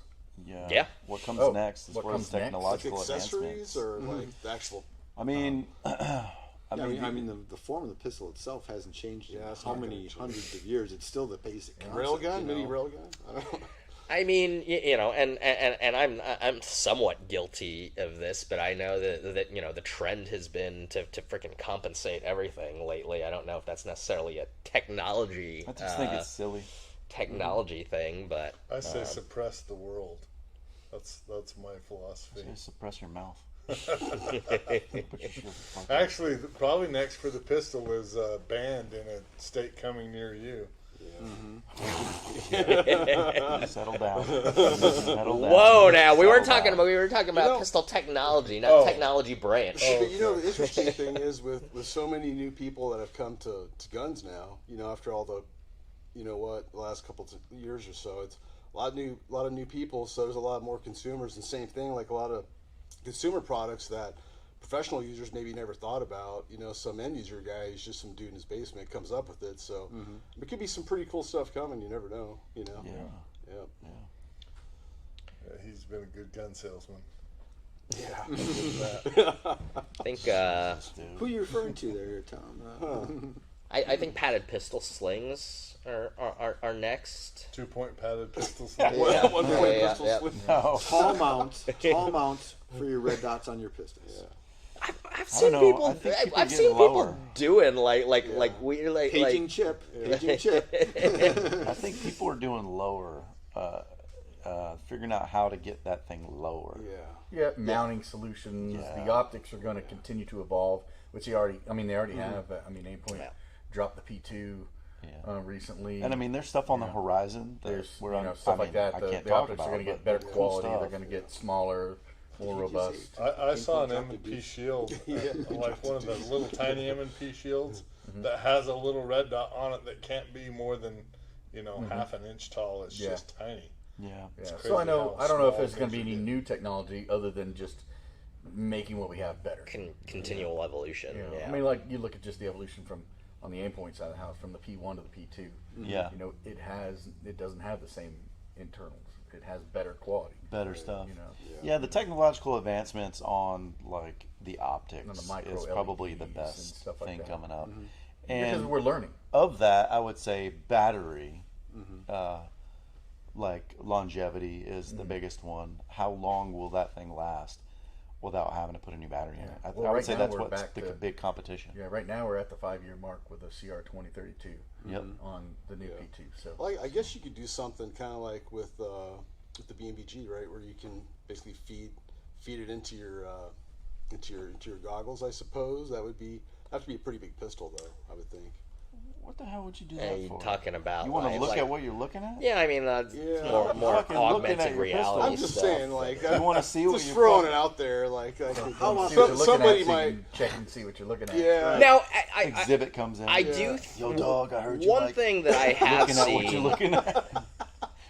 One thing that I have seen that is kind of interesting. I don't know if it's the next new thing, but we're talking about designing. So we've gotten to the point where we're designing pistols with we're designing and we're marketing pistols that have kind of that native capability to accept a red dot, but they're still kind of the traditional pistol format where you've got to mount the red dot and the reciprocating slide. And I've been seeing a couple of things lately where guys are trying to figure out how to put the red dot on there, so because like you said, Don, I mean, pistol optics take a frickin' beating, being on top of the slide and reciprocating. So I could see that being a direction that things go. Well, that we've was the got whole point of the 6-second mount. Right, the Yeah. whole Geisley thing. Yeah. Whatever happened to that thing? Well, we got better at putting them on slides. I think what happened The acro is happened to it. everybody wanted it because a special mission unit was using it. Well, but that was a solution to The problem that they had on the fly. Right. Well, and it was a slide mounted, which I still believe is one of the best pistol optics out there. The Aimpoint T1. Oh Yep. yeah. Oh, And yeah. they were shooting so much that they were killing T1s, which I find up for the offensively challenge. hard to believe. Of course, right? Yeah. So that's where the 6-second mount came from, so that it wouldn't have to reciprocate. But this was also a group of dudes who were using that as their primary weapon. It was a 40 caliber Glock. Well, and just the weight of the T1 itself was adding to that force. Yeah, just I and mean, then that's a whole also lot. that it wasn't a 9mm, it was a 40. So a lot more sharpness on the reciprocation and stuff. Recoil And impulse. and if you remember Recoil's back when nasty on Aimpoint the dropped the P1, that was one of their marketing things was survived over 20,000 rounds with 40 Smith & Wesson.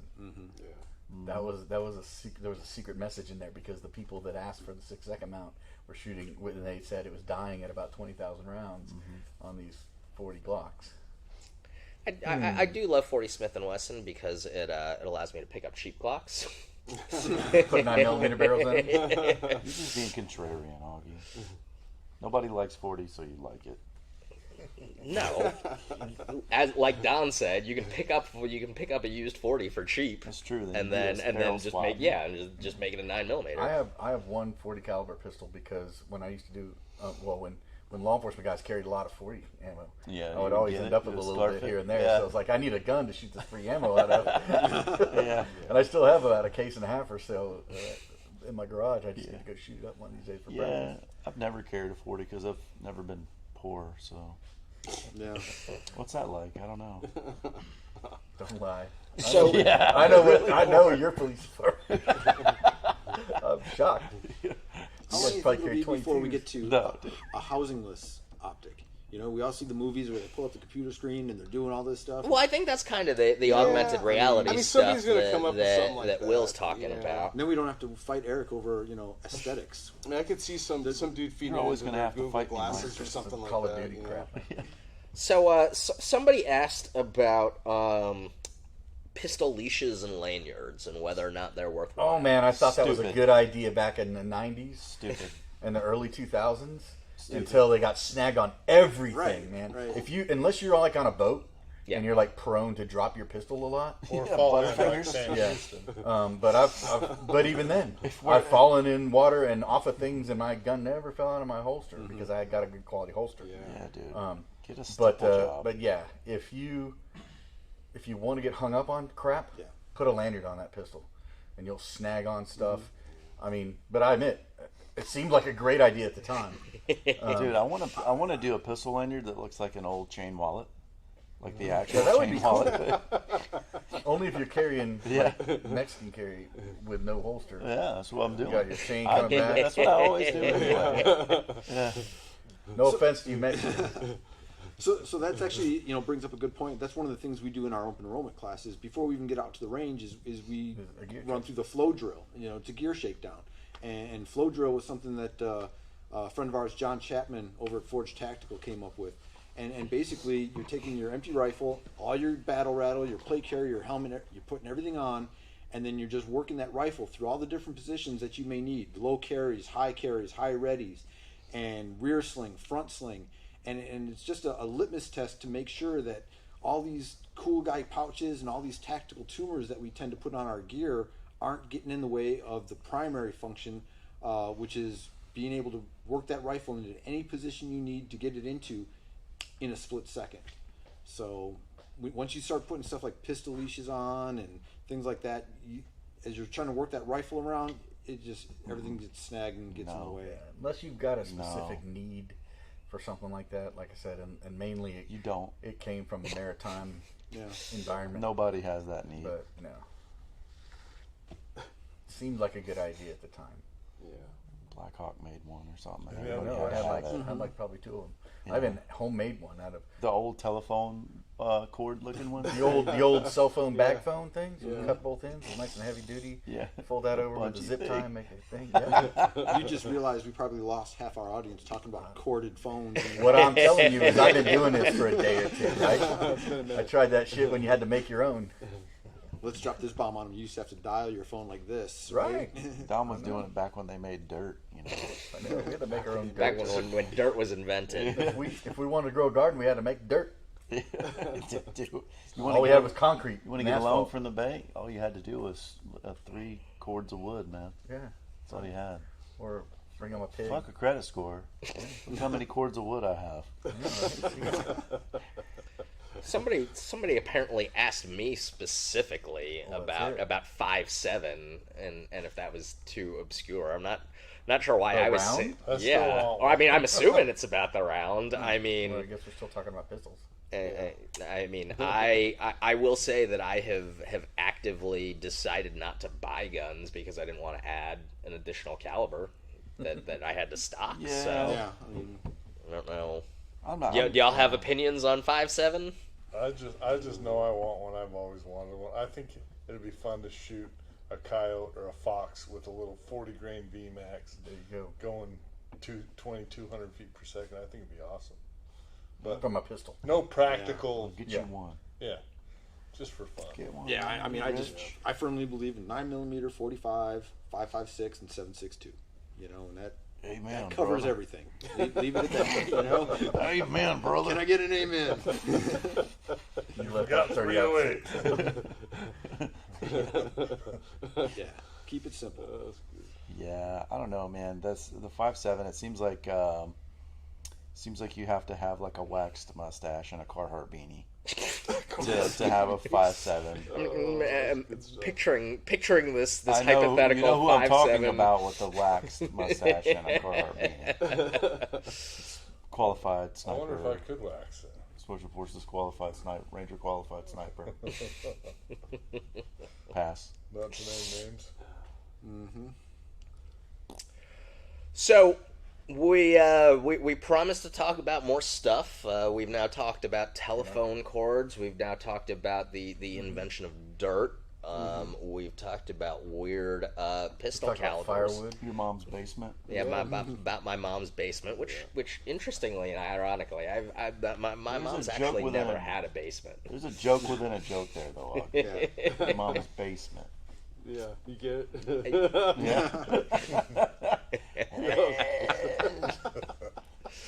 Yeah.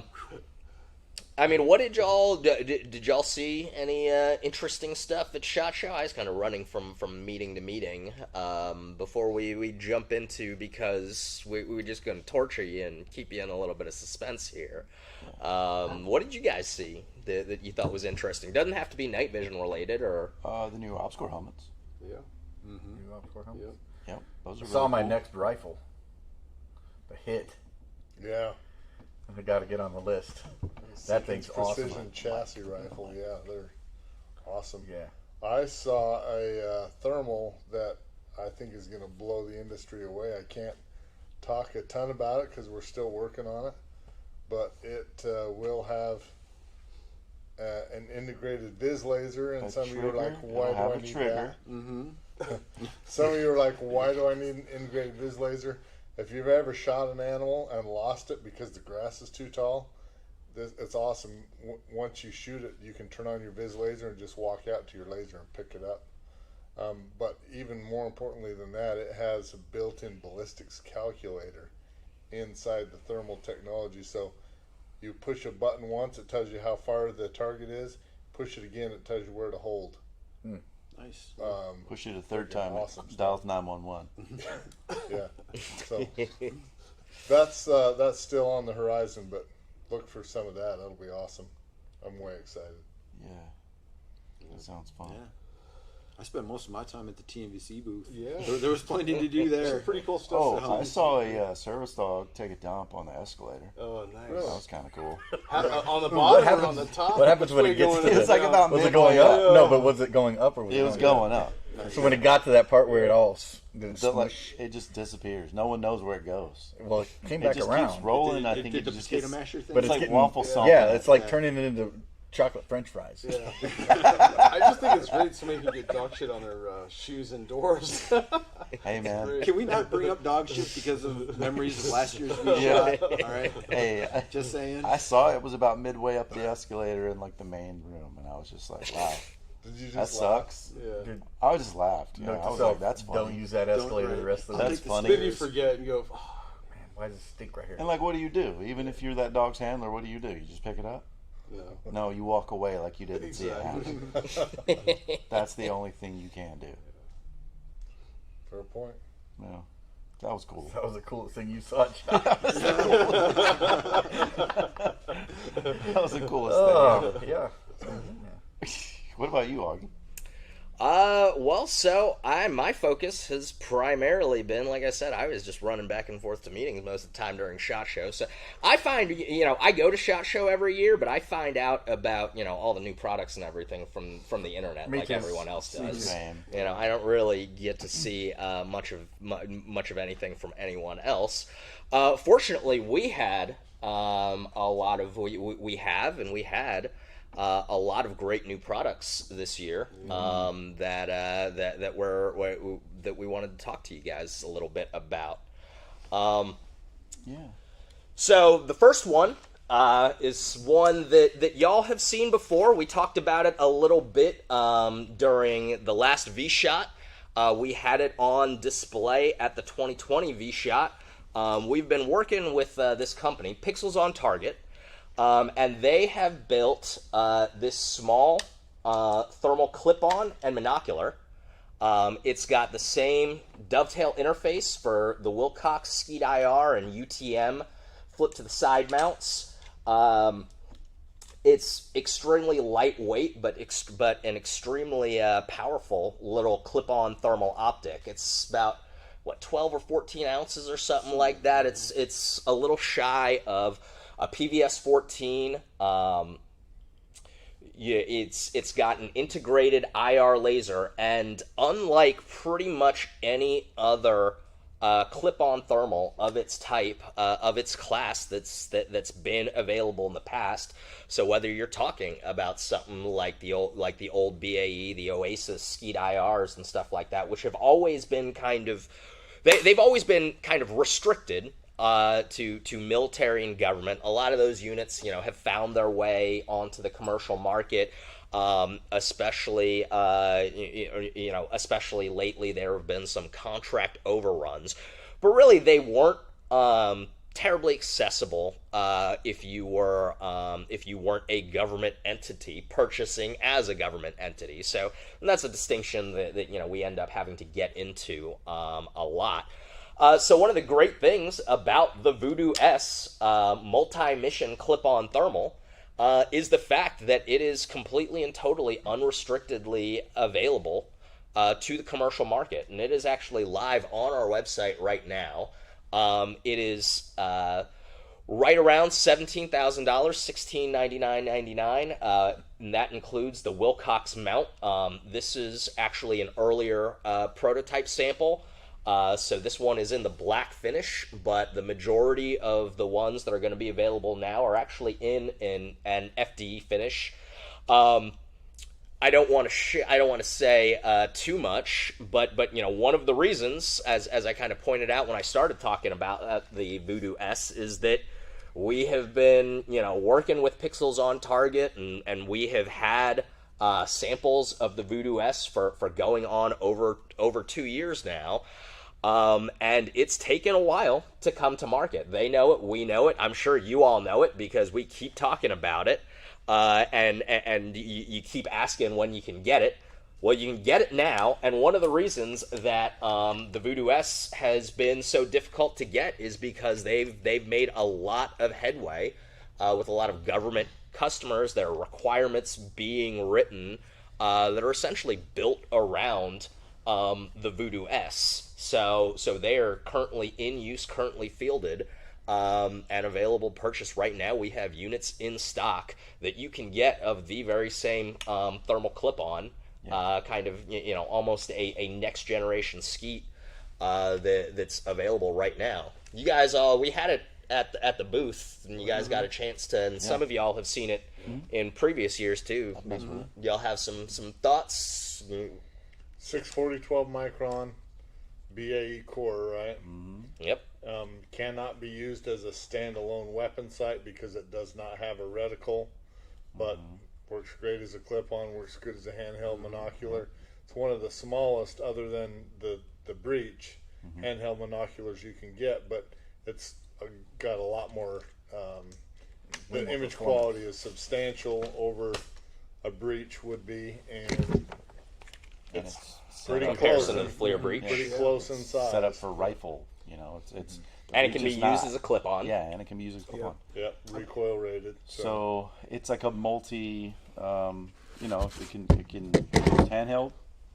You can, I guess, mount it to a head, like a monocular. I wouldn't. I mean, you could. The eye relief isn't, because the magnification is a clip-on, so it's better as a handheld than as a helmet mount. Yeah, the field of view is a little bit smaller than the ski. Longer ranges, but what is the FOV on that thing?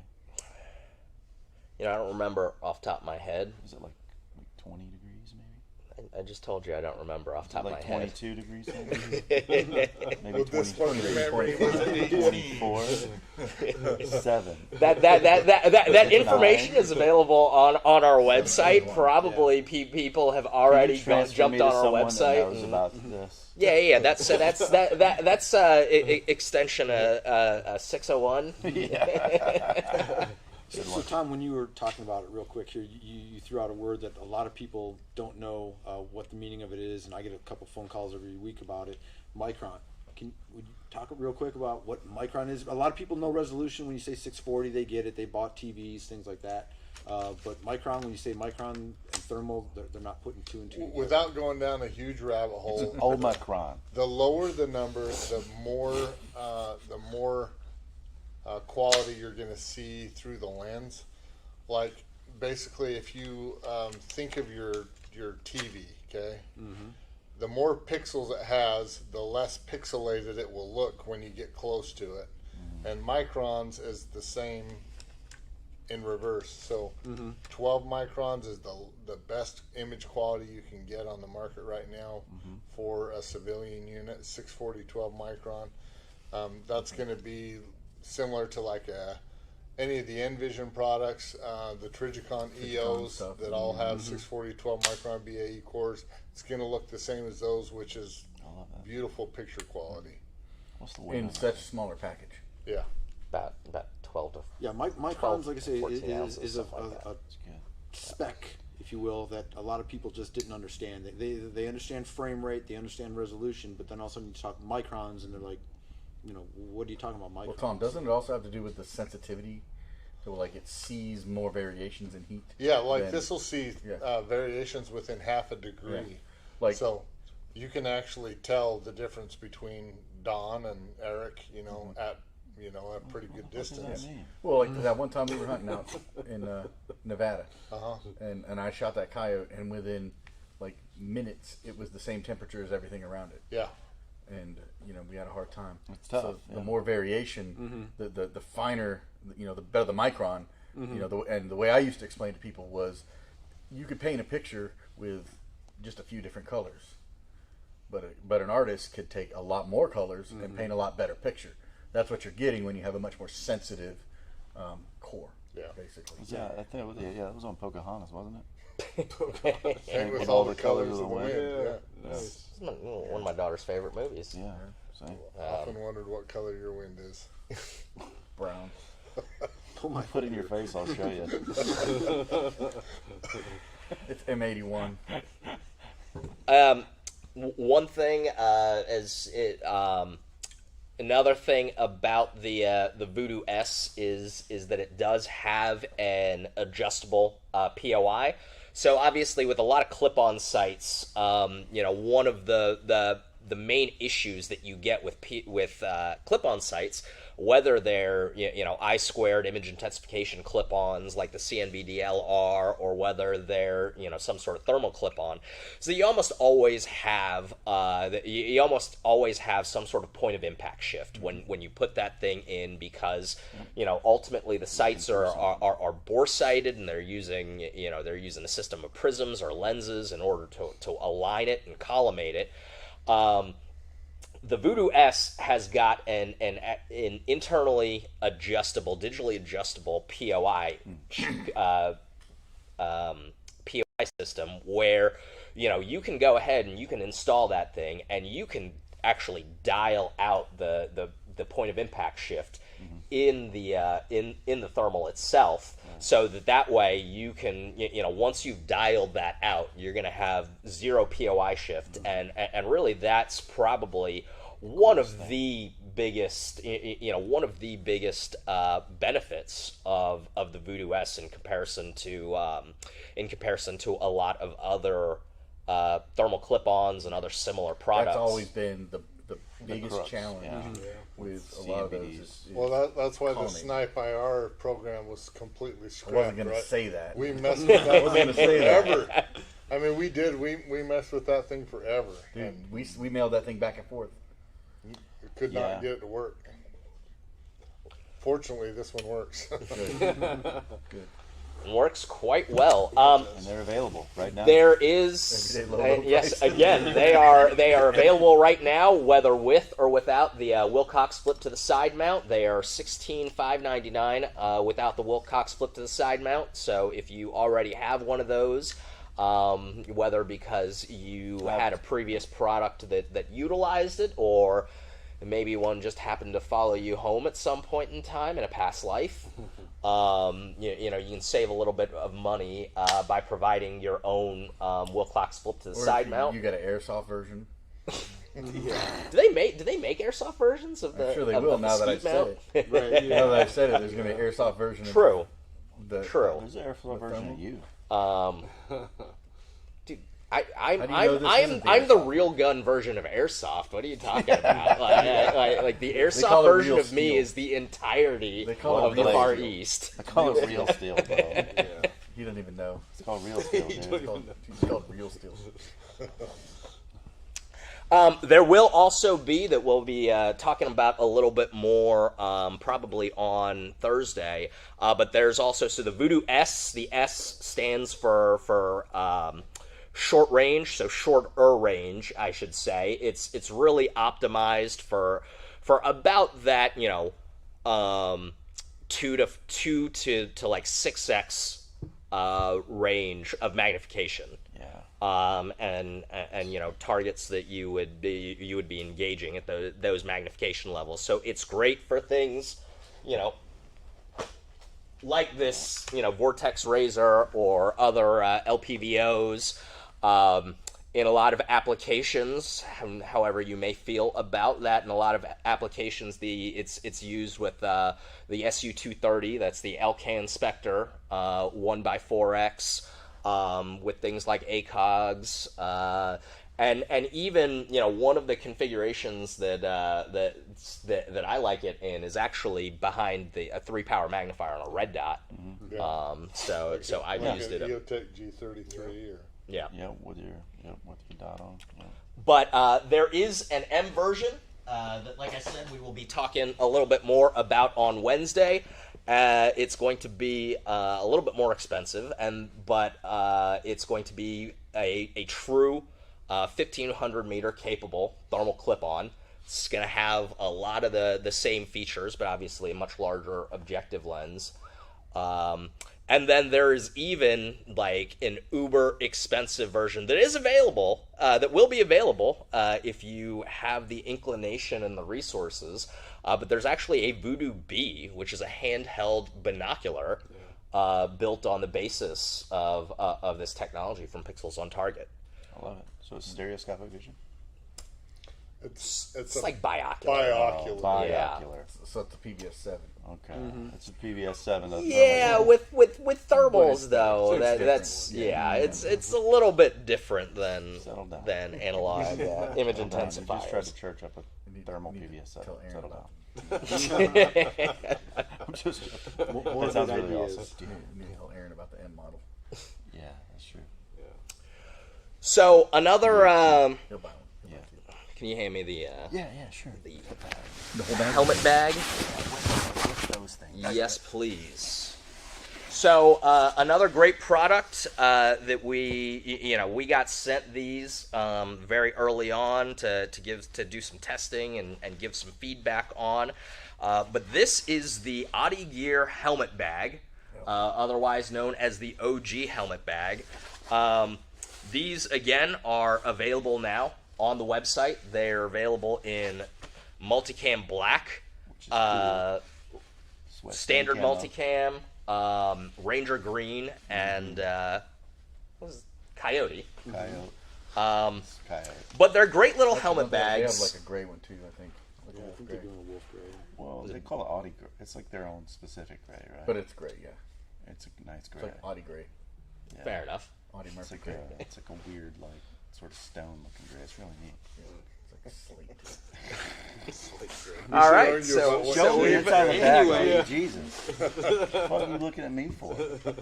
I mean, you kept on going about the gray. You know, I was gonna let you finish. We told you I'm gonna guys let to you ask finish, questions. It's like Tom Austin's beard He's gray. gonna start talking. But it's a great little helmet bag. You know, obviously the inside you can see is lined with VS17 panel material. Yep. So it's high vis. It's as the kids say, aesthetic. Yeah, it's aesthetically It is pleasing. it is very nice. It has a Tray. removable pouch. You can use that as an NVG pouch. You can use that to hold accessories. That'll fit the panos, right? It's got what's that? That'll fit the panos. I don't think it'll fit the panos. It's a little small for the panos. I can't use it then. Now, Can't use it. If I'm not mistaken, isn't that itself divided so you can put Yes. your mount in there and Yep. binoculars or whatever? so the pouch also comes with internal dividers. All of these internal dividers are secured with Velcro. So they're both removable and configurable, so that you can change the size of the compartments. Modularity. Yeah. It's like the IKEA of helmet bags. Or you can pull it all out. They've got it's got pouches on the side in here, and it's also got a retention strap. So depending on how your helmet is set up,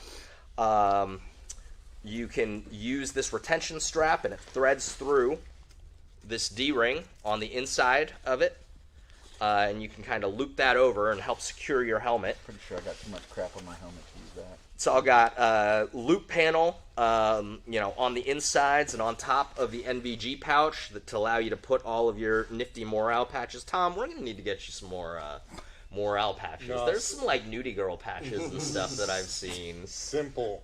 I like to keep things simple. You keep that in there just in case you forget how to spell your name. Yeah. It is a very difficult name to spell. But so it zips up. It has some semi-rigid padding there to help maintain its shape. But it's very slick on the outside. Nothing to really snag on. Just got a little bit of, just got a couple of handles here and a small piece of loop on the outside so that you can put an identification patch. Made in the United States. Or something like that. Made in the USA. Yep. And it actually will fit a lot of stuff on a helmet. I know that your amps, like your installed amps Yep. and stuff like that, it'll fit in there as well. Yep. So with a size large helmet and above, I found that you have to remove the mount. But if you remove the mount from the shroud, yeah, you can take a fully configured size large helmet and put it in this bag. If you remove the internal, NVG pouch here, then you can also, you can fit an extra large helmet, and you can fit the helmet with the mount attached, not with the goggles attached, but you can at least leave the mount attached. And even if you happen to be an Anvis weirdo, if you remove the compartment, you can actually, like myself, you can carry a fully configured helmet with amps, with your Mohawk, with your battery pack, with your strobe, all of that completely attached, and you can put it in this bag, and you're good to go. Actually, I think with the pouch removed, if you have DTMVSs or DTMVGs, pull them back. Yeah. If they're peeled back, it will fit in there. So. Yeah, I've never tried that. Depends on what you have. That's kind of the whole reason for having the removal pouch. Yeah. Favorite bag ever. Cool beans. So these, again, are available now. This is the Otti Gear OG helmet bag. That's O-T-T-E. Otti Gear. Not Audi. And the solid color versions are $179, and the multicam and multicam black are $199. Yeah, which is a great value. It's really a bomb-proof bag. It's great. Yeah. Another great product that we have that y'all watching from at home probably just looks like a standard OpsCore helmet of the type that you guys have seen 1,000 times before. But this is actually the brand new OpsCore Fast XR. So OpsCore released a couple of new helmets based on the Fast SF pattern, which is actually based on the Spear FTHS family of tactical headborne systems, which is the U.S. SOCOM, is the new U.S. SOCOM issued head protection, as well as communications infrastructure and headborne systems infrastructure. But so the XR and the RF1 are the two new helmets that they released, and they, like I said, are based on the Fast SF's infrastructure, but they have introduced rifle protection to a lightweight helmet. So the XR, like this one here, it is rated for 7.62 lead core rounds, so not any kind of steel core or AP, but for standard 7.62 by 39 ball, it is rated for that level of protection. It also surpasses, obviously, if it's going to protect you from an AK, it surpasses any NIJ 3A standards, which was sometimes something that the people would be a little wary of and ask about things like the Fast SF and the Legacy, Fast XP and Maritime, which are ballistic helmets, but they're tested to a DoD spec that is not the same. Yeah, I mean, for the law enforcement, having that NIJ rating is huge. That's one of the first things departments look at with any type of armor. So it is a little bit heavier than the Fast SF, but really, not much though. Yeah, I mean, like a smidge. Well, so the Fast SF, I believe, off the top of my head, the fully configured helmet in a size large is like 2.4 pounds, and this fully configured, obviously without the accessories, but fully configured with the rails, the vented Lux liner, and Octile and Fitband suspension, and all of that is 2.81 pounds for the same size helmet. So roughly 4 ounces more for rifle rated protection. Yeah. But so I mean, and the other thing to point out about that is that that weight is pretty much identical to the old Legacy Fast helmet, what's now referred to as the Fast XP. It's been called the Fast High Cut. Was just the OG Fast back in 2011. Yeah, when 2011 when there was one type of OpsCore. Yeah. So it's well, that same weight. You get a bump or ballistic. So it's that same weight Remember when as they that, first- yeah. pretty much the same system weight as that original OpsCore Fast helmet, which was a frickin' revolution when they first released it. Well, now it's the XP, and then now, but they've like changed the XP a little bit. Before that, it was like the fast high cut. It's and will be helping me with product management a lot. It's one of the things. As much as I love OpsCore products, and I've told them this straight to their faces, so I have no shame about saying it on camera too. Love your products. Absolutely hate your naming conventions and your part numbering processes and all of that, because it is a ridiculous convoluted mess sometimes to figure them all out. Everything's same but different. You see somebody post online, I just got this new fast SFXP, and you're like, don't even know what helmet these are. Like which helmet did you get? Like, look at the label on the inside of it. But so that's the Fast XR, brand new. It is slightly more expensive than the standard Fast SF, which again, the Fast SF is kind of the commercial version of the ground FTHS ballistic, which is the SOCOM issued helmet. So it's actually exceeding now. The XR is exceeding the SOCOM protection spec.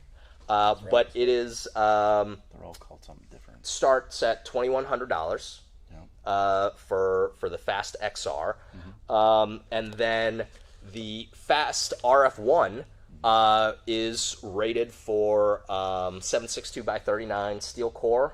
Provides protection against M80 ball. That's 7.62x51 308. As well as M193 556, which everybody is always kind of in a flap about protection Everybody's from that. always talking about it. So you are getting really traditionally speaking, when we've talked about helmets and we've talked about protection for head protection in a helmet platform, you've usually been talking about fragmentation, and even with a ballistic helmet, you've usually been talking about fragmentation and handgun threats. NIJ 3A, goes up to 44 mag, and rifle protection from a helmet was really not something that you really even expected that you were going to be able to get. I mean, they dabbled with it a little bit with the applique. Yeah. So the old slap plates that they used to have, Baseball helmets. which was a big old. I still have one of those, the slap plates. I mean, I don't use it for anything anymore, but I've got one. So You should let us shoot you with it on. So the RF1, again, I do not have an RF1 to show you, but even if I did, you would not be able to tell the difference from at home between the RF1 and the XR or the Fast SF, because they all look the same. Actually, I think the Velcro pattern is slightly different. Well, one thing that the product listings following OpsCore's logic, so they actually refer to that as a high cut, and the SF as the super high cut. So if you see it listed as a high cut, it's the same as SF. I thought the SF stood for super F and high cut. Yeah, you're right. Yeah. That is what it means. The F word. I don't want to say secret. it. I don't want to say it. I'll get in trouble. And by this time next year, the super high cut will be the standard cut, because they're going to have the super. Well, I mean, high cut. it's going to get to the point where you're just wearing a ballistic mohawk. Yeah. It's going to be super high cut. Yeah. Ballistic yarmulke. Ever for since Chip. they started making us wear helmets, not wear a helmet. Yeah, I know, right?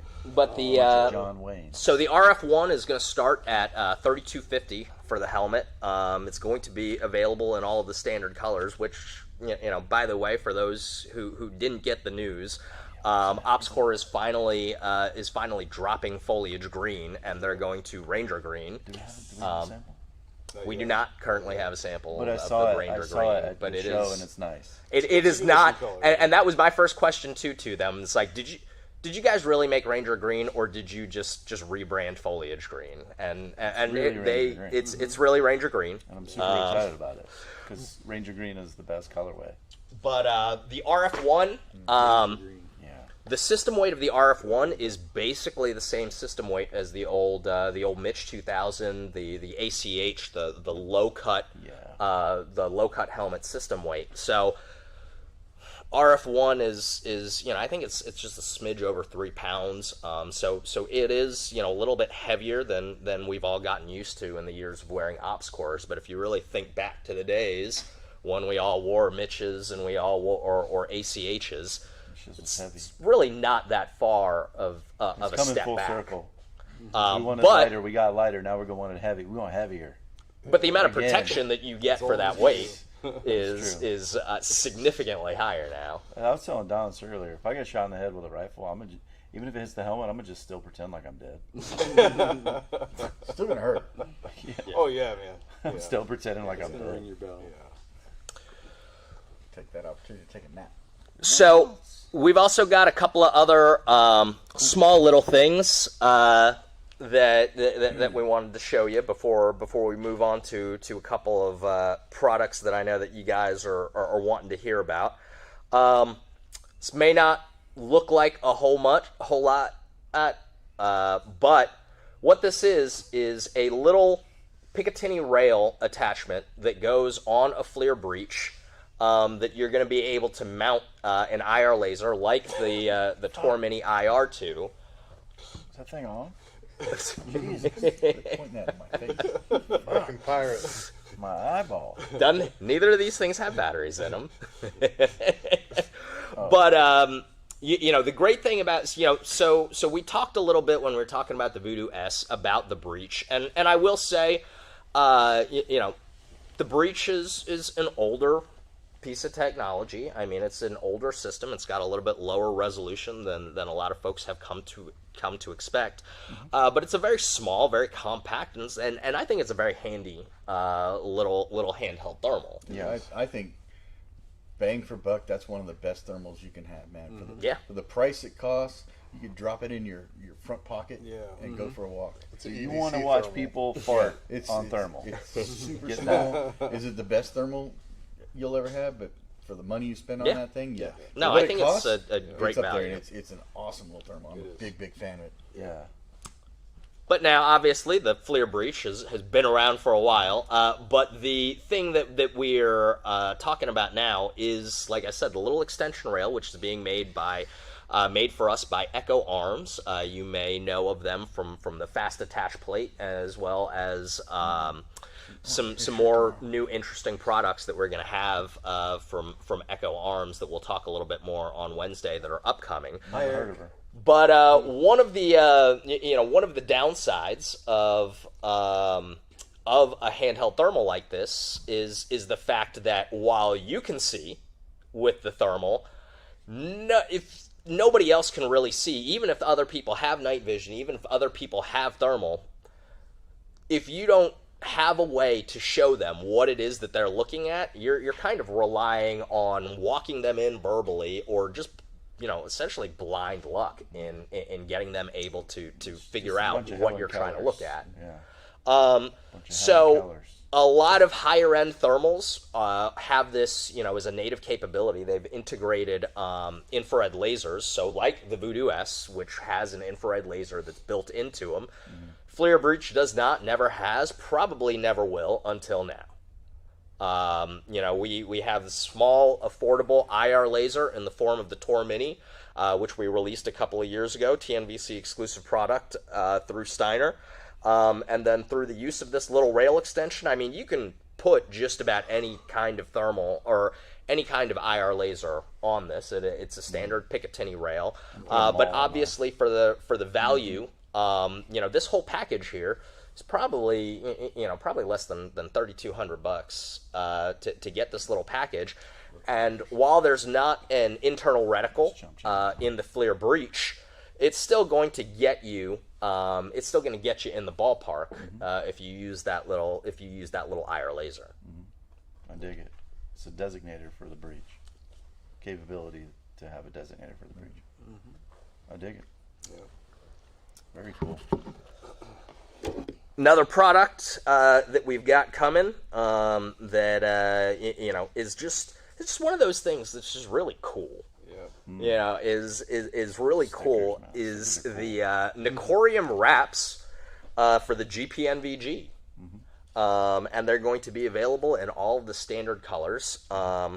They're going to be $75 for the full set. It is a little bit more expensive than the standard. If you own a set of panos, There's 4 tubes. Yeah, you can't afford Yeah. 75 don't be bucks. that It's a lot guy. more surface area. Don't be that guy who has a set of panos that wants to complain to us about $75 sticker. For it. Yeah. And you know, I mean, he spent a lot of time and put a lot of effort into the patterning Alex of does good these. stuff. Yeah. It looks You know, of the fantastic, GPNVG wraps. Detail. I'm not sure if you guys can see it, and obviously we'll have, you know, more photographs available on the website, and as time goes Probably hard on. to see in the light. But there are, so in between, like Get a all wide and the tight on this. individual knurlings of the objective lenses, there's a piece of camouflage wrap material Yeah, it goes into the inlay. between all of them. Yeah. I like it in the front lens too. It's very tedious. It's going to take you about an hour. It's going to take you about an hour to put this set on here. They're just everywhere. And I'm holding this up like I'm, Like you're some sort of hand model. yeah, I'm waiting for one of these people behind the camera to do what they do. Just making fun of you. All right, and that's that. Here, Mike, catch. They're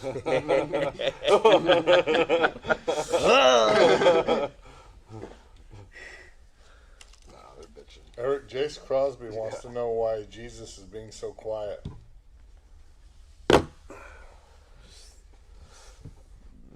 Just hadn't kicked in yet, man. It's a 5-hour energy. I just realized that the graphic on your shirt here is a set of Anvis GPNVGs on a dovetail mount. It totally is. Not all these night vision Anyways. artists. Yeah, right. Damn it. Well, it's also It's definitely a misfit. Yeah. I mean, you do what you can with what you have. the skull That's isn't all I'll very say. anatomically correct either. So You're not anatomically correct. What else you got? All right, so another product that a lot of folks have been asking about is the TNV BNVGM, otherwise known as the Artemis. I will say that on Wednesday, we are going to be going into a lot of depth about the Artemis, about its design. So right now, I'm just going to kind of share some basics of it for you. It's the first night vision goggle. It was designed in-house at TNVC by TNVC. We spent a lot of time on the development and trying to figure out, what the most user-centric way to build a ruggedized goggle was. So it's not going to be the lightest out there. It's not going to, it doesn't necessarily have, any kind of fancy technology that you haven't seen before. But really what it has is a whole lot of feedback from professional end users, former end users who have used goggles in a lot of different environments about, what kinds of things that they want to see out of a simple but rugged ground goggle. It is going to be configurable, so it'll be available in both the Anvis ball detent configuration as well as the dovetail configuration, the BNVS configuration. The first dovetail version is going to have an internal CR123 battery as well as a L3 style BNVD connector for an external power source, so you can connect it to something like an L3 cold weather battery pack or other power supply that uses that kind of interface. And they will also, again, Alex at Nicorium has generously been able to help us and support us, so they will have Nicorium wrap support available from day one if the ability to put stickers on your NVGs is something that's important to you, which, I mean, they're pretty nifty. The lighting is a little bit odd here, so I'm not sure how well you can see them. Yeah, I say a piece of gear is not yours until you customize it. I mean, the wraps look great on it. One of the other things about the Artemis is that it is going to be available standard in this low near IR reflectivity FDE Cerakote. So the initial launch version is going to use PVS-14 lenses, and it's going to come standard in FDE with all the components. The first units that are available are going to be available with L3 Harris unfilmed white phosphor tubes. Those are going to be obviously in-house built TNVC systems, so therefore they're going to come with the TNVC night goggles, lifetime limited warranty. The Anvis ball detent version is going to be $89.95, and the BNVS version, the dovetail version, is going to be $91.25, and this is with the unfilmed white phosphor tubes. There's going to be additional models coming out at different price points with different tubes, with different types of tubes in them, as well as different types of power supplies as time goes on. The reason that it's called the BNVGM and it's got that modular name on it isn't because, you know, it's not like the Mod 3 or something like that where you can take the optical pods off and you can configure it as a monocular, but you can it actually has a base chassis, and then you can switch out the power supplies, so that gives you a lot of flexibility for configuration as time goes on, and if you want to have it set up in a different kind of configuration. So again, I've already talked about it quite a bit, but we're going to be going into it in even more depth on Thursday. It is going to be available not just as a completed system, but also as a standalone housing if you want to assemble it yourself. And you're also going to be able to purchase the modular power supply separately. So if you buy the ball detent version and you want to try out the dovetail version, you'll be able to purchase that separately and have that. And it's going to be user configurable, meaning that you can change it at your kitchen table with basic tools with a single Allen wrench. You mean Mom's kitchen table in the basement? Yes, Mom's basement kitchen table. While wearing your tactical LARPing gear. Yeah, no, but it's great because the for people that may not be familiar with these different goggles that had Anvis and dovetail options on them, is the Anvis stuff was always an afterthought. It just kind of sucked. Whereas on the Artemis, it's designed specifically that way. So if you're going to run it in Anvis, I mean it's made to run that way. It works fantastic. And if you want to go with the dovetail, the BNVS configuration is meant to do that too. You're not kind of doing a half-assed solution to go one way or the other, so it's pretty awesome. Are we going to offer the XLSH in those? Eventually, yeah.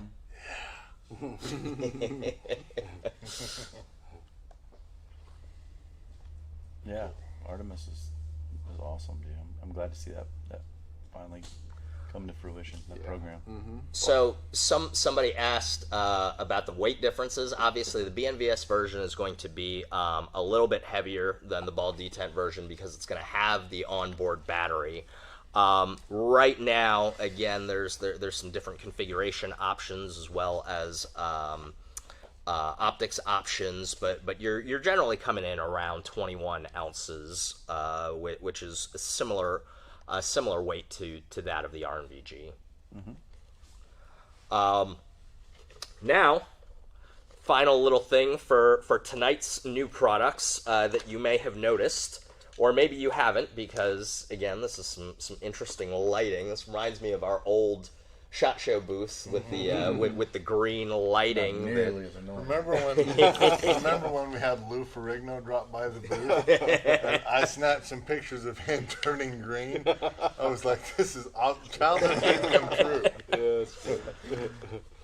But this year we are also introducing the TNVC M81 Woodland Collection, which is going to be kind of a series of custom products and accessories in the classic M81 Woodland camouflage. It's a Cold War classic.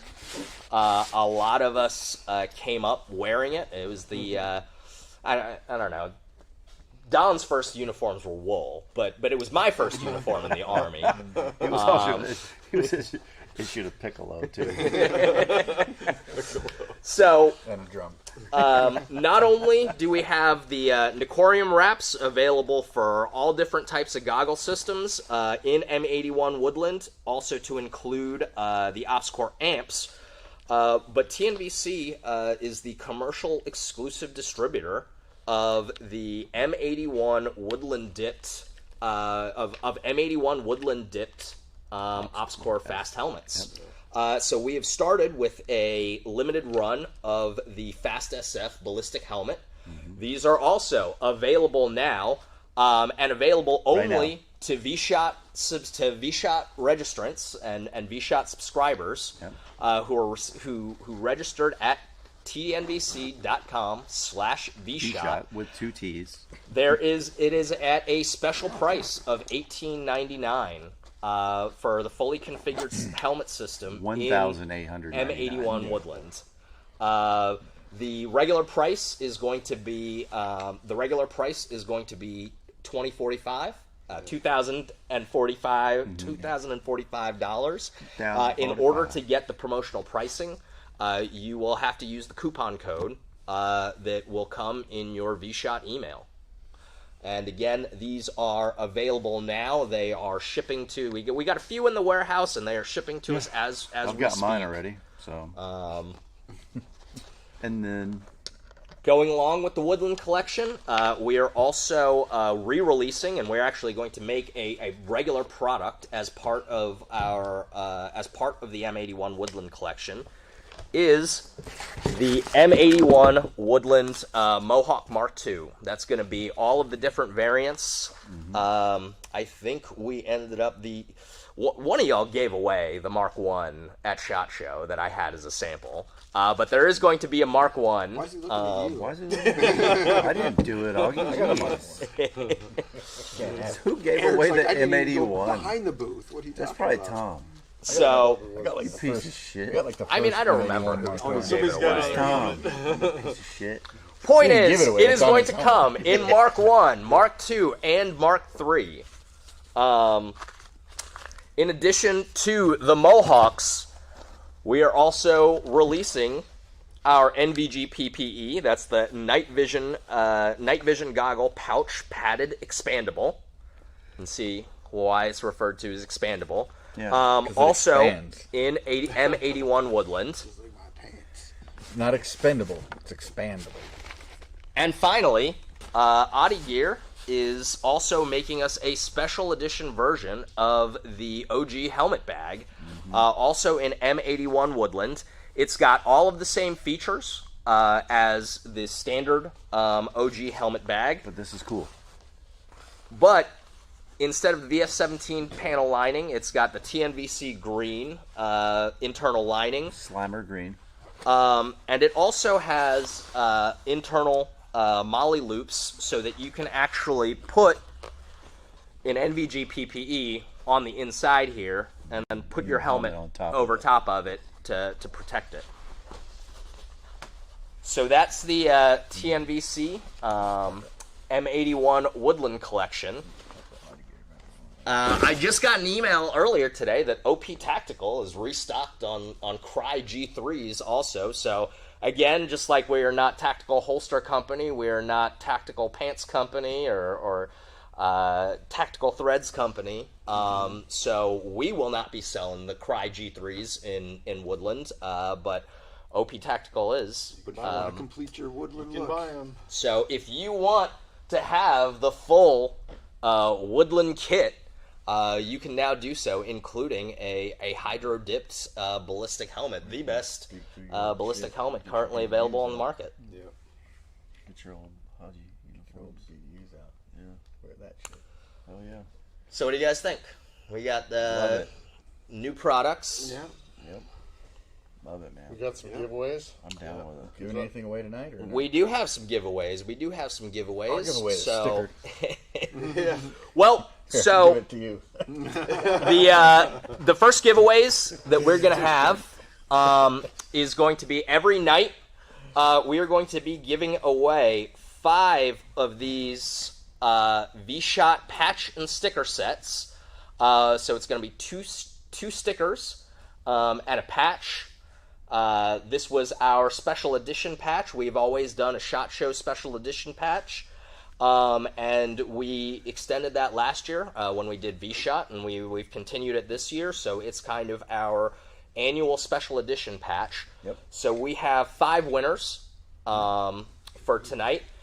All winners are selected from vSHOTT registrants, people who have registered, put their email address in online. It helps us a lot to also put in your name. We ran into that. You will receive an email if you happen to be the winner, but we're going to be announcing. We're going to be announcing. We're not going to say your full email address on the broadcast, but you will receive an email. We will eventually need your information, at least if you want to actually get your giveaway stuff. That's a weird email. But But so we're going to pick 5 winners every night. We are also going to have a lot of other great giveaways tonight after we transition to the virtual circle bar, virtual panel discussion. So our first winner of the patch and sticker set is going to be R. It starts with r-n@gmail.com. Congrats. Woo! Second Right now, patch there's and sticker 7 winner people going. is Michael F. Whoa, See what? how much easier this makes it when you actually put your name in the registration. Right. Yeah. Third is T-A1 @gmail.com. You know who you are. B is that a H. dot? That says But is there a fifth H It could be 4. at cfl.rr.com?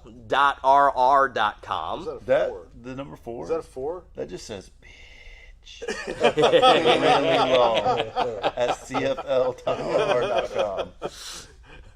And then finally, for the patch and the sticker set is T-H1776 @gmail.com. Yeah. So we're sending them out an email, right? Is that how that works? Yep. Yeah, so we'll so send you'll be check your receiving emails. you should be receiving an email within the next 24 to 48 hours. Don't go hitting refresh on your inbox right now because we're sitting right here. We've got a But I'm dash. But if you are in fact the winner, then you will receive an email. Yeah. Hell yeah. That's awesome. Giveaways. Quit picking your nose, Tom. Hey, I want to give a shout out real quick to our dear friends Thomas and Molly and baby Tack. Oh, yeah. Molly just had a baby today. Yep. Little Tack, that's his initials, TAC. But we wish you were here. We miss you. We love you. And here's to a speedy, healthy delivery, pre-delivery, post-delivery. Yeah, it's already done. The baby recovery. It's already done. Yeah, it's recovered. Took a while, but you got there. Yeah. I thought you just had a stroke. You should have let him go because No, he he would just have had a been grandson. before you know it. And he just had a grandson. He had to know about this stuff.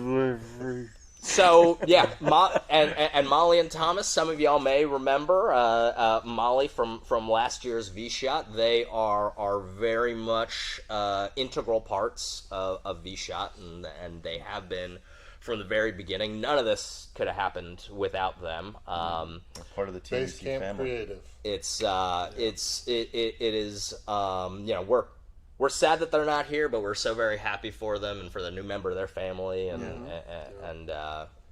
very very proud that. So we're sending them a sticker Hope pack. they're very proud. We're Yeah, sending them a sticker they're gonna pack. get unlimited Everybody look sticker under your packs. seat right now. There's a sticker pack. Well, and actually, that's actually very appropriate coming from Tom because Tom himself has Became just a grandpa? become grandfather. So Congratulations. congratulations, Paw. Yeah. Papa. Grandpa Pops. Congratulations to my son and his wife. Love you guys too, and excited to meet that little boy.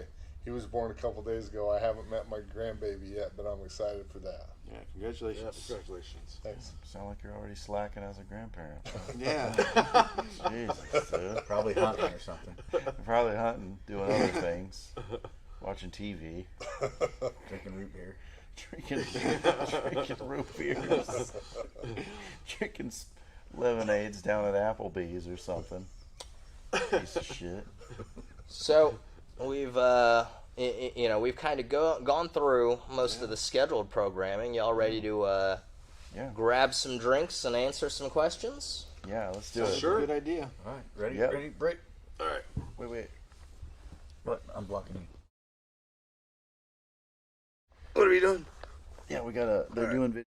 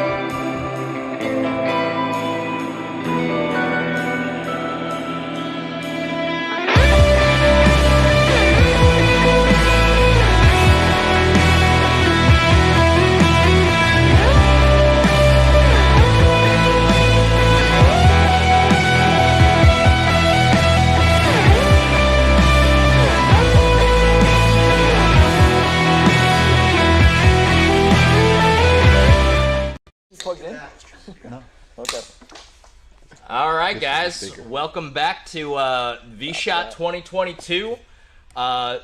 Joining us for the Virtual Circle Bar live panel discussion.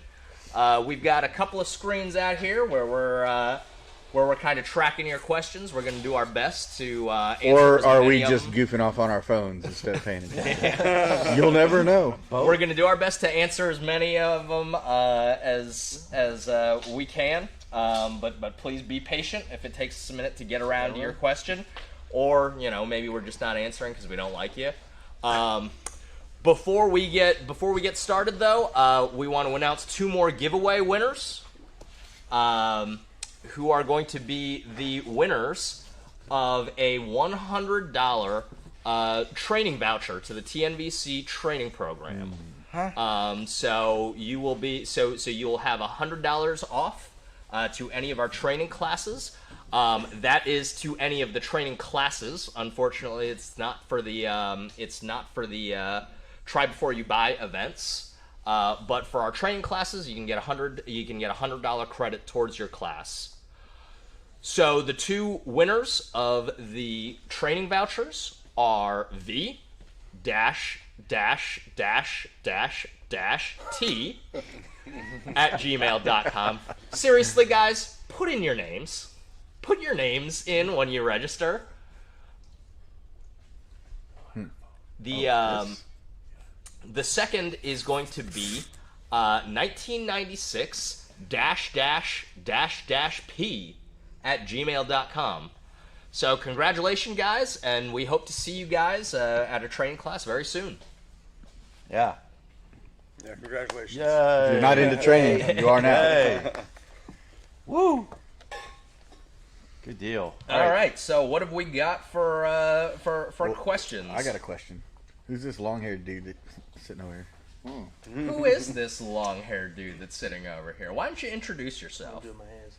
Hi, I'm Josh. I work with Executive Training Group. We do, we make the dick. That's what we're most known for. That's all they needed to know. We make dick, we make pricks, we make B-sex. We keep a theme. So that's what I do. I do product design, do a little bit of AI, a little bit of training. I'm just here to have fun. That's right. Good to see you, buddy. Thank you. Good to see y'all. All right. Got some questions about whether or not Zuck has been seeing questions. A couple folks asking about the RPNVGs. We will be talking about the RPNVGs when we talk about Horizon products coming up on Thursday here on day 3. But we're expecting the RPNVG probably sometime around late Q2. That's quarter 2, which quarter 2 is generally between March and June. We ran into this a little bit last year when I kept talking about Q1, Q2, Q3, and people didn't know what I was talking about. So my apologies for that. But yeah, early summerish is probably when you can expect to see those. But obviously it's very new in the product cycle. So please be patient with that. Obviously we're going to share and provide as much information as we can. Where's Chip? Chip doesn't work for TNVC anymore, and he was invited. He wasn't able to make it to vSHOTT this year, so he's busy doing Unity stuff. He's probably in Wisco in the frozen north. He still instructs for us. He's a contract instructor, but not a full-time employee.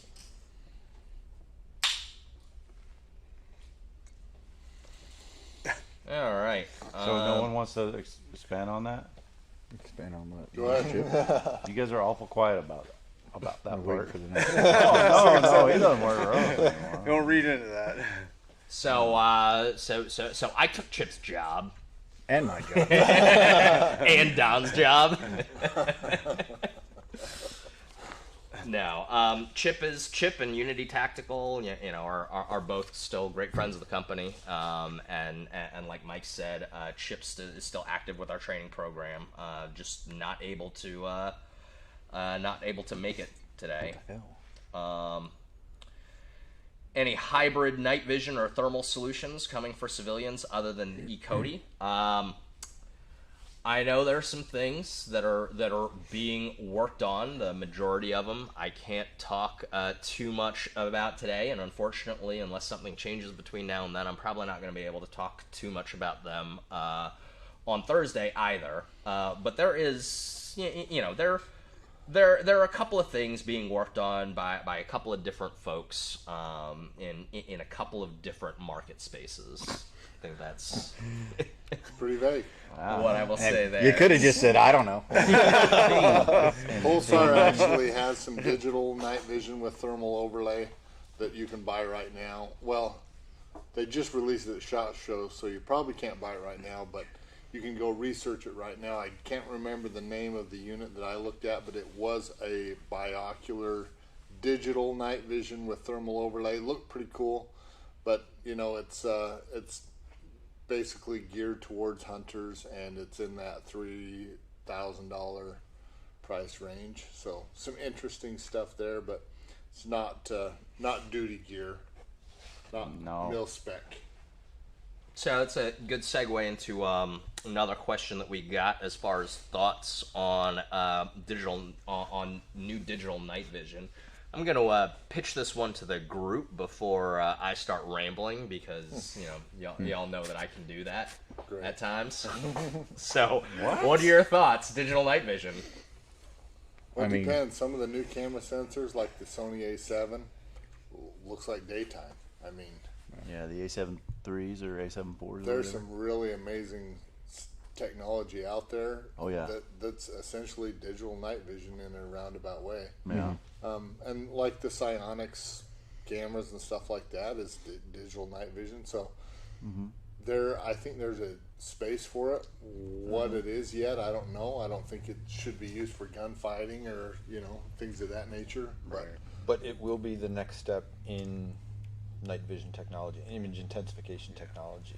I mean, it's we should make clear so people don't read into that the wrong way. We don't mean like next week or next month or next year. It's We've been saying that for 15 years. Yeah, down the road. We've been saying the next step is digital. Yeah. It's been 5 years away for 15 years. Yeah. Right. It's coming. So when I hear people say that, I'm like, okay, yeah, but what in reality, we just continue to make analog better.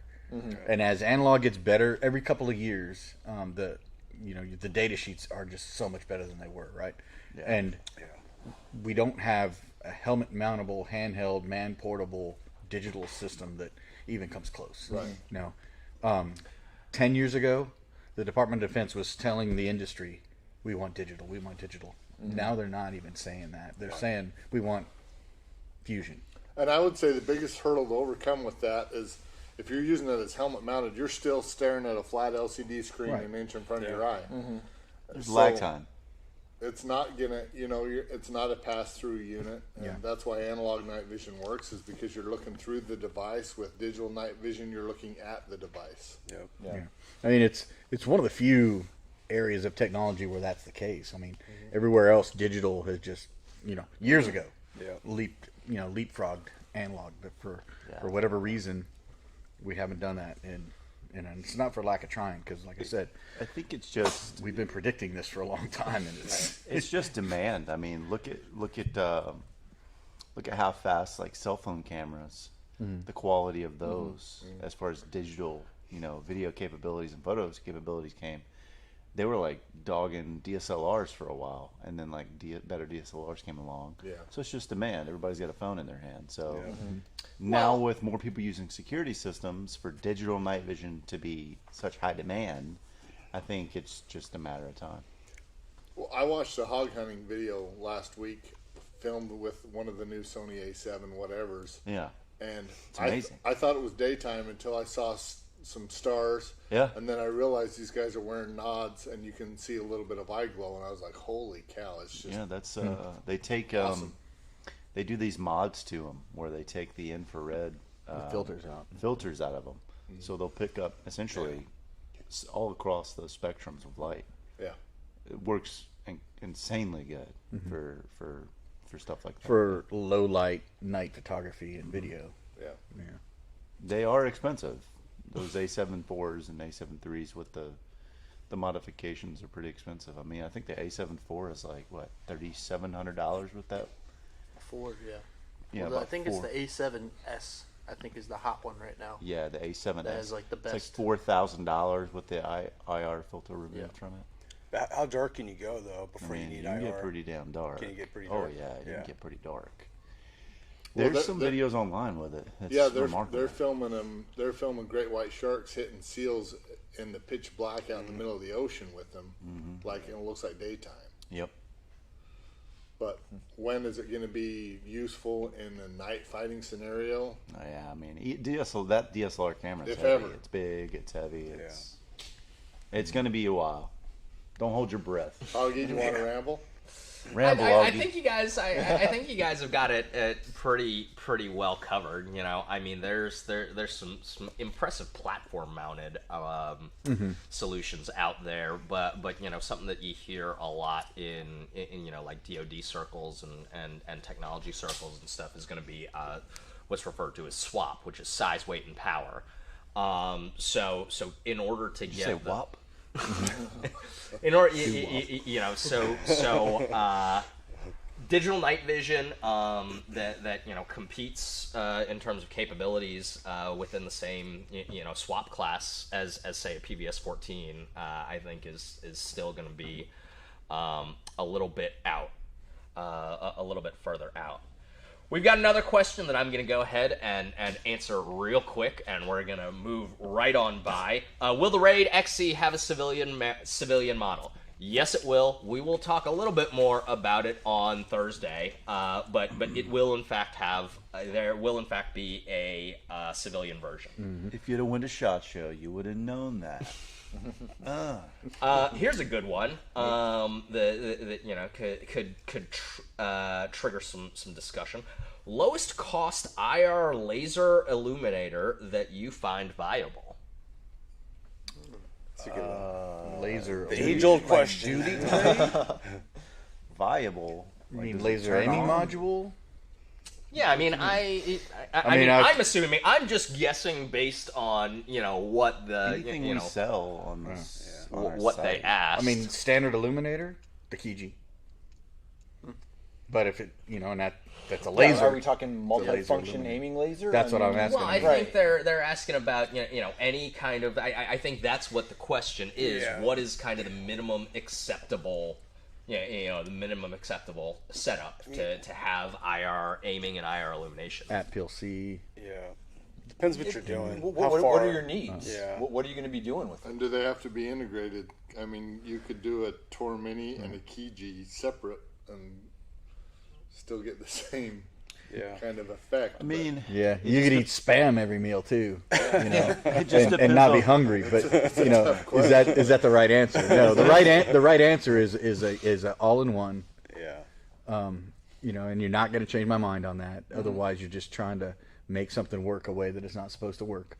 Right. So lowest price, I think we're looking at the at PLC unless there's something less. I mean, Hasn't some of the hollow changed. sun lasers are really good. I've got one that I've had for years, and it's you know, been used by multiple people, and it works great. You know, the D-Ball A3, you know, can be temperamental. You know, and Well, they're also a little more expensive than they're a the little bit more PLC. expensive. So you know, the at PLC, if you're looking at in the civilian market, Yeah, you know, you just have to accept the fact that if you do something like that, that your range limitations aren't going to be the same as if you got like a D2 or obviously a MAL or anything like that. There are performance limitations to you give it up. There's a reason that some of the more expensive ones are better in performance. Yeah. So you need to look at what performance you want. And you know, here's the thing: if you, it's you know, sounds like I'm being a dick, but when you're talking about night vision, if you're also talking about what's the cheapest thing I can get, you should just stop talking about night vision. Yeah. Because this is a pay to play kind of thing. Right. And it's like you're going to spend a lot of money on a set of goggles and going to cheap out on a laser and an illuminator. Yeah. Doesn't make sense. Well, I mean, not just that, but almost everybody that starts out with something, they end up spending the money twice or three times. Right. So it's and that happens. You're going to end up with this thing, and you know, you're going to try to sell it. You're not going to get your money back because everybody else already figured it out. Yeah. And or you're going to feel bad because you sold it to somebody that, you know, so they can learn it the hard way. Yeah. And you know, I never feel bad what the about famous selling shit. well, you know, but Bottom line, if you buy them all, you're not going to be disappointed. no, you know, or something quality, you know, and you know, right now until the other class ones come out, you know, in the C1 arena, the mall's still the king. you know, you're paying until the for raid. that privilege. Yeah, you're paying for performance, you know. Yeah. And you know, when you're wearing a pair of $7,000 to $10,000 goggles on your helmet, don't cheap out on. Who's buying $7,000 goggle? Where do you find goggles? XLSH. Yeah, night goggles. Night goggles. Okay. Yeah. All right. You're offending my man here, right? All right. Well, I think it's tough for a lot of guys. I mean, I totally get it. I mean, I was one of I- those guys too, in terms of like, you know, you buy a 14 and then you start adding everything up and you're like, shit, this stuff is expensive, you know. But like you're saying, I mean, if you're counting on that thing to shoot something that needs to be shot, I mean, you want it to be good. Well, you and don't here's want to the be thing, and I cheaping know out on I know I that. sound like a broken record because I teach. You know, I mean, shoot, I almost got a night fighter every other week this time of year, so it's like all I talk about. But most people who try to get the cheapest stuff they can find regret it. Yeah. You know, End up paying twice. and it's the whole buy once cry once thing is, you know, so true. And you know, there's a lot of little slogans we can say about night vision. It's pay to play kind of thing. It literally is a superpower that you can buy, right? The only And, time I've ever seen folks be happy with cheaping out is if you're truly honest with yourself about what you're buying it for. That's true, yeah. You know, Yeah. if you're not trying to get it and then base it upon what your buddy has and say, oh, well, I think it'll do the same thing. No. Don't think about it from that standpoint. Just truly be honest about what your capabilities are and what you need it to do. Research it, call us, and we'll point you in the right direction. If you don't need a mall, don't buy a mall. Like if you don't need that shit, don't buy it. But also don't lie to yourself and say that there's stuff that's just as good out there. Yeah, you know, and a good alternative I've recommended for people, I'm sure you guys have too. It's like, hey, if it's legitimately a money thing, a budget thing, it's like, you know what? If you just want the capability to shoot with night vision, you know, get a red dot sight, get a good night vision compatible one, get a riser mount, and get an IR illuminator, like a vampire light or something, that you're up and running until you can get more money together to buy something decent, you know. Well, and there's nothing wrong with starting out with a PVS 14. Yeah. Right. You know, Yeah. that's where you still have good quality night vision, right? And you know, when I used to work the phones, I had so many guys to be like, "Hey, I'm going to buy a PVS 14. I'm going to buy this PVS 14, and then, you know, in a year or so, I'm gonna sell it to help fund my Sentinels, back when Sentinels were the thing, right?" Yeah. And I would tell them, "No, you won't." Like, what do you want? It's like, you won't want to get rid of that PVS 14. That is the Glock 19, the AK-47, the Jameson's whiskey of the night vision world. Mike, you fucking beating on the fucking... Can you guys hear me? Well, I'm passion bikes out. Fuck we yeah. actually see that in our tribe before he buys all the time. Guys come in and they sit down and they're like, "Man, I know I want to like get a set of 31s, white, you know, unfilmed, da da da da." And once they realize that, you know, they can do everything they need with a 14 and spend the rest of that money that they were going to spend on some sort of binocular system and buy them all and a 14 and a helmet and come to a training class, all for the price of a set of duals, kind of makes the decision for them. That's why the powered bridge mount and the non-powered bridge mount has been so popular. Yeah. These guys end up with a couple of 14s over time. Yeah, it's Well, there's nothing wrong. There's nothing wrong with 14. No, that's what I said. The PVS 14 is No, I mean it's indispensable. A lot of work got done behind a 14. Yeah, absolutely. Probably more than any other goggles combined. Yeah. Well, still is. I mean, it's the biggest seller. So I mean, it's ubiquitous, and I tell people too when you know, because people will say the same thing to me. It's like, first of all, if you try and sell a PVS 14 after a couple of years, especially in this market, I mean, let's be honest, you may end up taking a bath, especially if you bought one that doesn't have a lifetime limited warranty and you know, may not have had the top of the line tubes to begin with. You know, and so you may not be getting a lot of that money back. Night vision's kind of a weird thing when you're talking about secondhand stuff. If you buy like the top of the line stuff holds its value pretty well, but once you start trying to cut corners, then you see that like you see the secondhand value going down pretty percentage wise. You pretty steeply. But on top of that, like even if you do plan to get a set of binos, and you know, I agree that you can do a lot of things with PVS 14. PVS 14 is a great system. Spent the majority of my military career using PVS 14s because I was not special anything in the military, so I got a fucking green PVS 14. Special ed. Pretty much my except for that. But I did pretty much everything in the military for the majority of the time with green PVS 14. So you can do great stuff with it. That being said, I love binos. That being said, again though, I wouldn't get rid of PVS 14. It's so ubiquitous. There are so many things that you can do with it. Binos. I mean, you just don't want to have to carry. You may be in a situation where you don't want to have to carry all of that stuff around. A helmet and everything like that. And PVS 14, when it was originally adopted by the military, it was called the pocket scope. Mm-hmm. And it really is great for that. It's something that you can tie a lanyard around your neck and wear it around your neck if you're hiking, or literally just stick it in a cargo pocket. You can use it for photography. You can use it for a loaner. There's really just no reason, if you have a PVS 14, even if you are upgrading, to get rid of to get rid of a PVS 14. You're not going to want to get rid of it. Yeah. So if that's what you're thinking, sorry, man. It's like selling guns. I mean, you're going to like it so much that you're not going to be without it. You don't sell guns. You keep them. Sell it to me. I'll buy it for $100. Somebody asked any new full color options for us non-pores this year, and I don't know if I really understand Full color that question. We have Nicorium wraps. They come in lots of colors. Full color, like as in color night vision? I'm not sure. Maybe that would be my assumption, but words mean things. Yeah. So if you want that to be answered, please drop a little clarification in there as to what exactly you mean by that. Yeah, what'd they mean? Yeah. What the dog doing? Because the color tack never really took off. Maybe that. It was a cool idea in theory, but maybe for like filmography. Yeah. It was great. It's not applicable. It was great when we figured that was going to be Generation 1, and eventually it was going to be more integrated or integratable and stuff like that, but it never happened. That never happened. Well, you can have people are putting filters and the stuff. Christmas tree vision, yeah. We're not going to talk about it. But that's not We're not talking about that. We're not doing it. Yeah. Not on my show. More questions? Somebody asked, do you still work with PVS 14 customers to upgrade to binos, sending in matching things we bought from TNVC? So,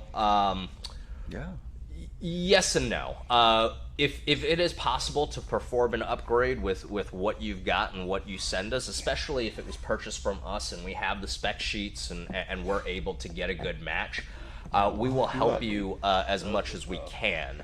One thing to keep in mind, though, is that most PVS 14s are going to use an MX 11769 style image intensifier tube with a manual gain extension, referred to as the EGAC. And most bino systems, not all, but most bino systems are going to use a MX 10160 style tube, which is automatic brightness control only, and I won't right now go too much further into the positives and negatives of one format versus the other, manual gain versus automatic brightness control, but there are a lot of companies out there that will modify to one type of tube to another in order to convert systems. It's not something that we really like to do or that we do very often. And people will have various arguments, make various arguments about this, and it fills pages and pages and pages of internet threads and comments.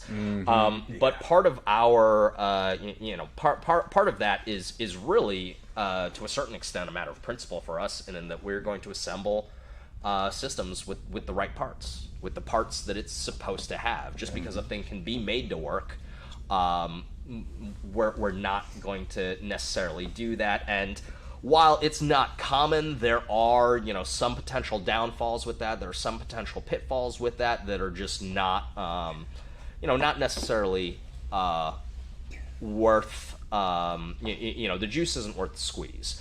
At times, we have definitely recommended third-party maintainers that will do that kind of work, that we trust to do a good job, and because it's just not really feasible for us to do it. Now that being said, there are still some options if you want to go in those directions for converting manual gain tubes that we can do and that we can help you with, and there's some more things that are coming down the line. So that was kind of a long and complicated answer to say yes, we will help you, but not in an unlimited way. So what? Say they do want to. What is the manual gain housing that you would recommend them throw those tubes in? Thursday. Yeah, so we're going to be talking about it a little bit on Thursday, but Noctis has talked about it today. Noctis, which is a division of Carson Industries, which some people may have heard of, but not everybody. Is they've been a DoD contractor for PVS-14 components. And so they are not as well known commercially, but they're well established within the night vision industry. They are actually coming out with a manual gain housing, and that will be an option for us to convert 11769 style tubes into a binocular system. So it's Actin Black. The AB Night Vision Mod 3, yeah, the Actin Black, as far as I know, will eventually be possible. Unfortunately, things like the night vision devices, BNVD, SGs, night vision devices, doesn't let anybody else work on those. So that's not something that we would be able to do. Things like the PVS-31 and the BNVD 1531, while they are 11769 type tubes, they are not the exact same tube that's in a PVS-14. There's actually some slight differences in those tubes. So you can't really take, and again, some of this is a question of, well, can you make it work and just jam things in there and have it turn on and you can see at night? Yeah, maybe, but it's not the right part. A PVS-14 tube is not a PVS-31 tube, and vice versa. So we can't do things like that, even though those systems are technically manual gain. Not on my side. Artemis and Viz lenses, yes, eventually. There are a lot of spiral developments of the Artemis planned, and it is one of them, but it is probably not number one, because I mean, really, you're talking about just a change in the objective threads in order to utilize that. It's just not a request.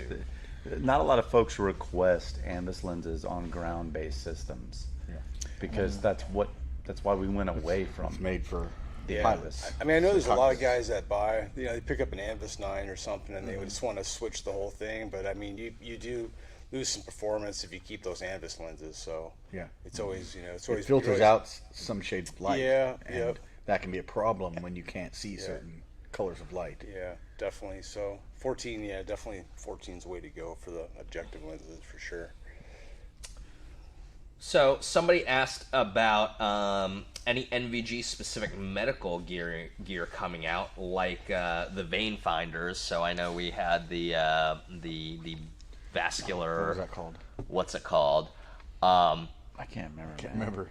I don't know off the top of my head any medical specific equipment, but the training program, we're actually, and Chris Sizlove, for those of y'all who know him, will be joining us tomorrow.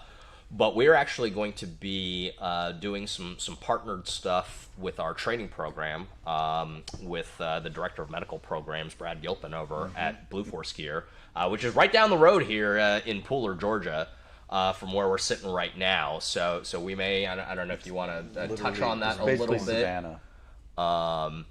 Or wait until Chris gets here, talk about it a little bit. Yeah, I mean, you pretty much, kind of touched on it as far as we can go right now. It's going to be something we're going to start integrating into our night fighter level classes, where during some of the downtime, we are going to start doing a little bit of a medical refresher type stuff, but I'll leave that to Chris tomorrow to get more into.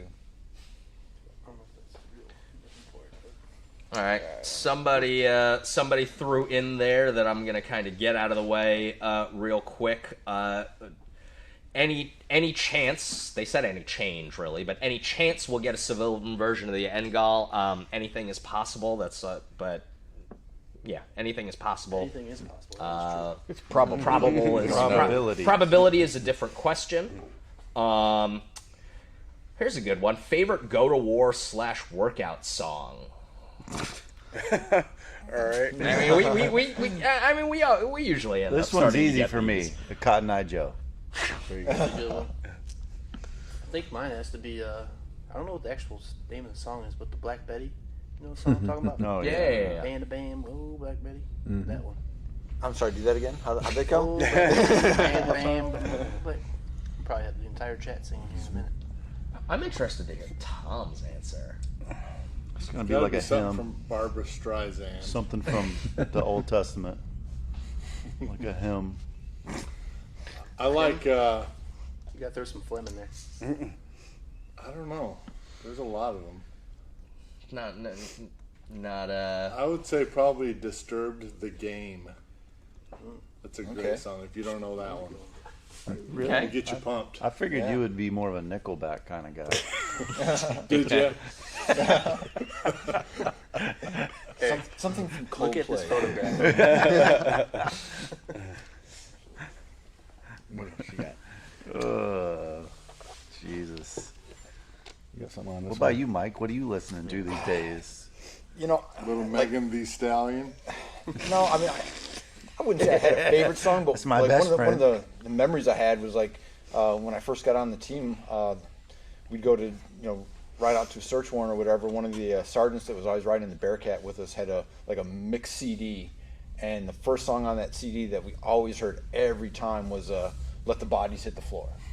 You know, so when I mean, it's so cliche, Cringe, but bro. like yeah, that's like early GWAT per YouTube video, like E-Bomb's World, Yeah, kind of shit going on there. But like if I'm ever sitting in my retired easy chair and sitting thinking, back about the good old days, I mean that's the first thing that comes up is something like that because you heard it at every search warrant. Mine's Baby Shark. Yeah. I mean, Rebecca Black's Friday is perennial classic. Oh, that is a great one too. Yeah, that's a great That's one. a good one. I haven't heard that one in a while. Friday. Is the Acro P2 in stock on the website? So our website does have live inventory that's actually typically about 99% accurate. I say 99% because sometimes things do happen. Things. Right here. There will be There's lag time. There's somebody ahead of you. Yeah. I'm gonna say probably no. But so if you have any stock or inventory questions, your first stop should always be to check the website to see what the website inventory says. If you want to call during business hours and confirm, or preferably email sales@tnvc.com. If you have any questions about inventory or lead time, they should be able to help you. That being said, for the P2 specifically, I do not believe they're currently I don't think in any stock. of the I believe dealers. they're inbound. I don't think any of the dealers have actually yeah. received theirs yet. Nobody has them yet. I do. Brownell's was like Brownell got like 50 of them, and then that was pretty much it. So somebody asked comparisons or actual numbers to objectively compare traditional versus RPO lenses. Tough to get a straight answer. I'm not entirely sure what actual numbers. No, I don't have like a you're clarity looking thing. Maybe like for. percent increase or whatever. Light Is transmission this one or- 10% better than the other one? Yeah. I'm talking about 2%? like transmission. Light transmission is About the only that's thing you're good. gonna. 9.6. I mean, it's Quantify. negligible. I can tell you Yeah. that. It's probably going to be negligible. I mean, I always tell people it's just for go for the weight, like don't buy it for the Yeah, I mean, image difference. there's some slight differences, and I realize that whoever asked this question said it's tough to get a straight answer, and it doesn't sound like we're going to give you the numbers that you're looking for. Yeah. I mean, there are some slight differences in the performance between the lenses, but I would say there's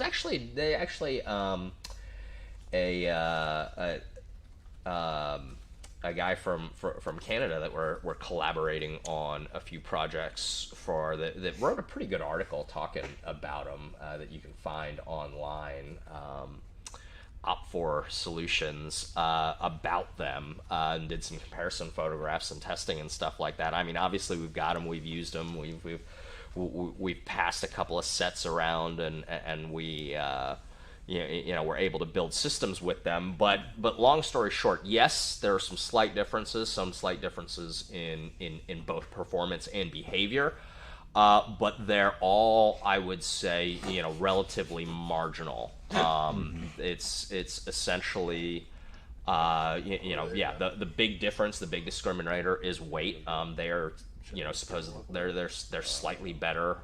They're tuned to white phosphor as opposed to green. That traditional PVS-14 mil-spec lenses technically are.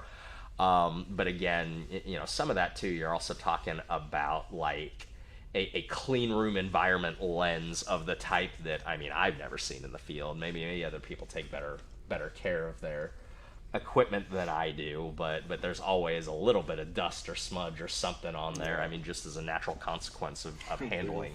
I like the RPO. I like the RPO lens. Yeah, no, I mean they're and for those who aren't familiar, Rochester Precision Optics RPO has become like suddenly. They have been, again, kind of like Carson, kind of like some of these companies that have been kind of working in the background of the night vision industry for years and years and years, and have suddenly, and they've made some efforts to kind of be a little bit more recognized in the commercial market, which is why like everybody is all of a sudden talking about RPO lenses now. I mean, they've been around for a while. They've been around for a long time. They've done a lot of OEM work for a lot of major manufacturers on some very advanced systems. So they are.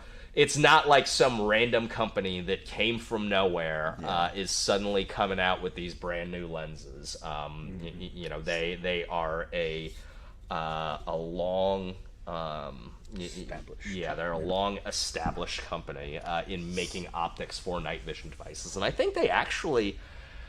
I don't want to say the wrong thing, but I think they actually started out as a part of like Eastman Kodak or something like that.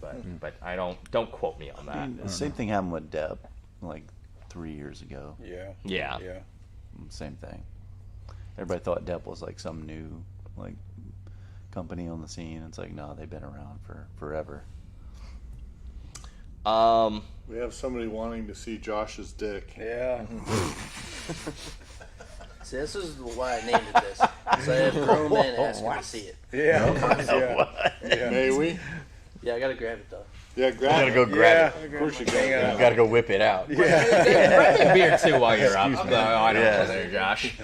Yeah, just get one for everybody, would you? Grab drinks while you're playing with your device. Your device. Another question that we got here is the industry looked into autofocus technology for NVGs like phone cameras do, but in NVGs. I know that that there's been some work to on They've been that, looking into it for people have looked into it forever. But just like that question there, I mean, does the autofocus on your cell phone work perfectly? It sure as hell doesn't on mine. And at the current state of technology, I don't think that I would want it on one of my systems. You get it ready. So so wrong. They've tried. There's just no way for the device to know what you're actually looking at. It's heavy. It's expensive. Yeah. You're talking about so many planes. It's the technology that I have to throw into something like that. It would easily triple the cost of even a PVS-14, for sure. This was directed at Tom, but I know that Will, you've got some experience with this. Thoughts on thoughts on running a breach and a PVS-14, and what bridge would you recommend? Yeah, I mean, this is this topic. It's kind of crazy how it's kind of gotten out of control in a certain degree, but I mean, it's the Knight's Armament, or the KVC bridge, I should say, is really the best setup for doing that. And you have to get the corresponding OSS shoe set, the obverse shoe set, and the K clips. The problem right now is the KVC gear. It's on a pretty extended back order right now. Unobtainium. Yeah, pretty much. So if you find one in the used market, but then you got to get the K clips, the OSS shoes, all that stuff too. And there's other options. I mean, you can run the panel bridge as an option right now. It comes with the two arms for two PVS 14s, and it comes with an adapter for the breech. The biggest thing that guys have to figure out is what they're trying to do with it. I think a lot of guys are wanting to use them together and get supervision. And it just not fusion. it doesn't work like that. Yeah, and it's like you can get it to work, but it's not reliable enough to This make is it. how it works. Camera 1, Yeah. camera 2, camera 1. Yeah.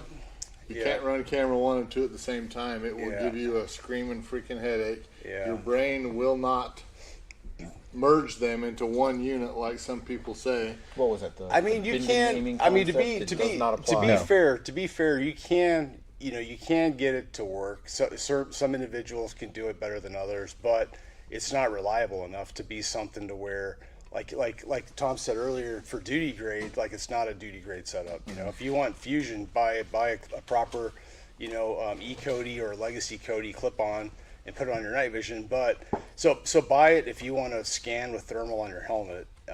Primarily, and then if you want to try to use them together, hey, fine. But if that's what you're looking for, you may be disappointed because you may not find it to work that great. And you may need a frontal lobotomy after using it for an hour. Yeah. But if you want to switch back and forth and not have to worry about having it in your pockets or something, a good way to that's get a different. migraine. It's hogwash. It's silly.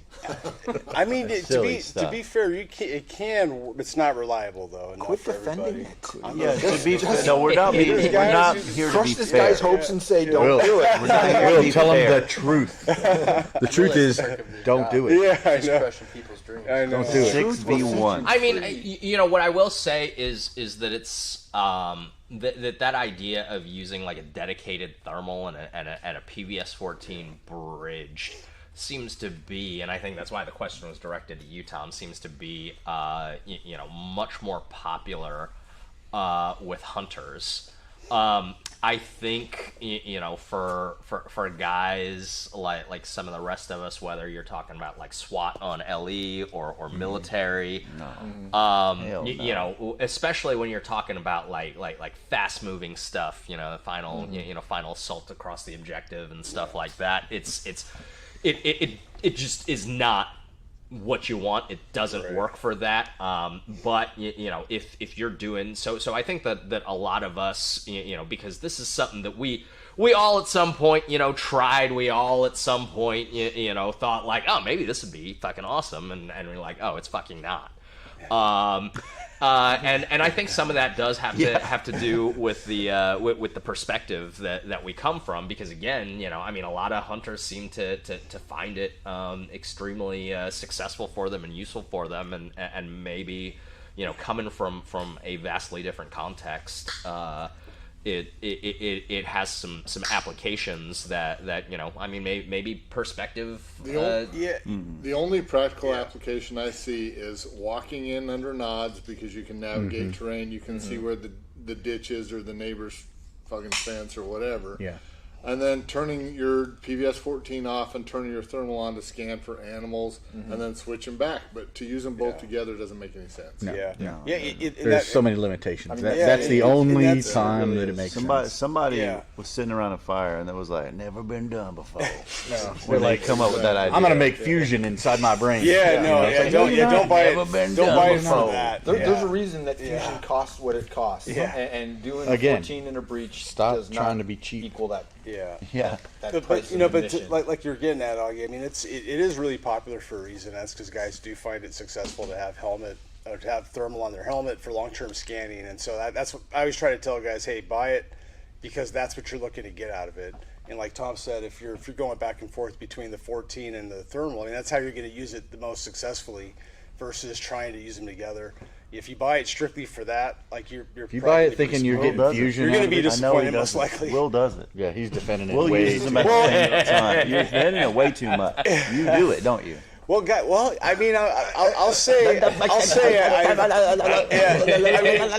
know, right? I do it. Changing his helmet setup by tomorrow. I mean, to be fair, like I said, like No, we're not being fair here. It's not about Truth fair. hurts sometimes. See, no, but that's the problem. Is that so if truthful. you tell people like, hey, like some people can do it, and then everybody wants to do it, and it can't work for everybody like that. So if you buy them to use them independently, hey, go for it, man. That's the best way to buy that setup.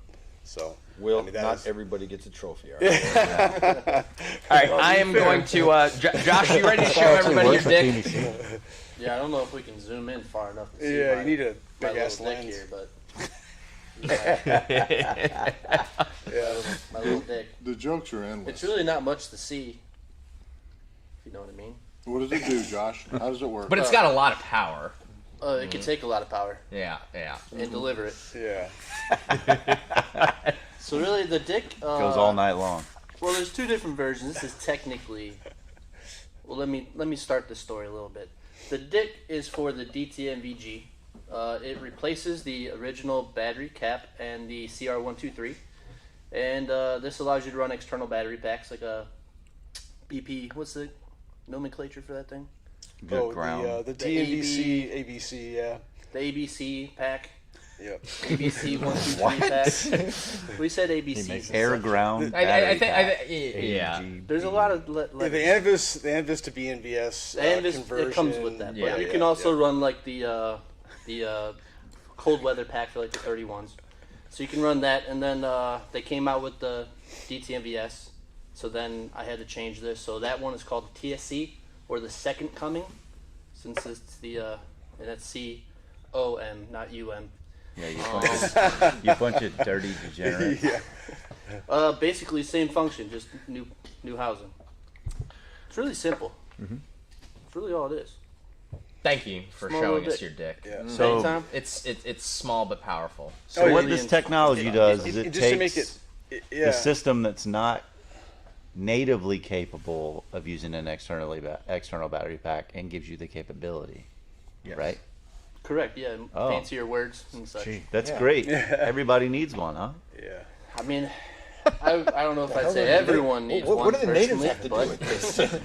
Yeah, I don't want to cultural appropriate my dick. Yeah, and it comes with the adapter to go. Yes, it right. comes with the Anvis adapter because I Why is figured it most white? people will have that. Because it's small. So you can find it when you drop it. I did think about making the white Delrin pink, and I was gonna say That'd be everything's pretty funny. pink on the inside. That would be pretty. That way they know which way it goes. That would be pretty funny. It might be a special release. Should be. All right, For breast I'm cancer going rings. to. Special price. We're going to lightning round a couple of questions. We're going to announce a couple of giveaway winners, and then we're there's, We're gonna wrap.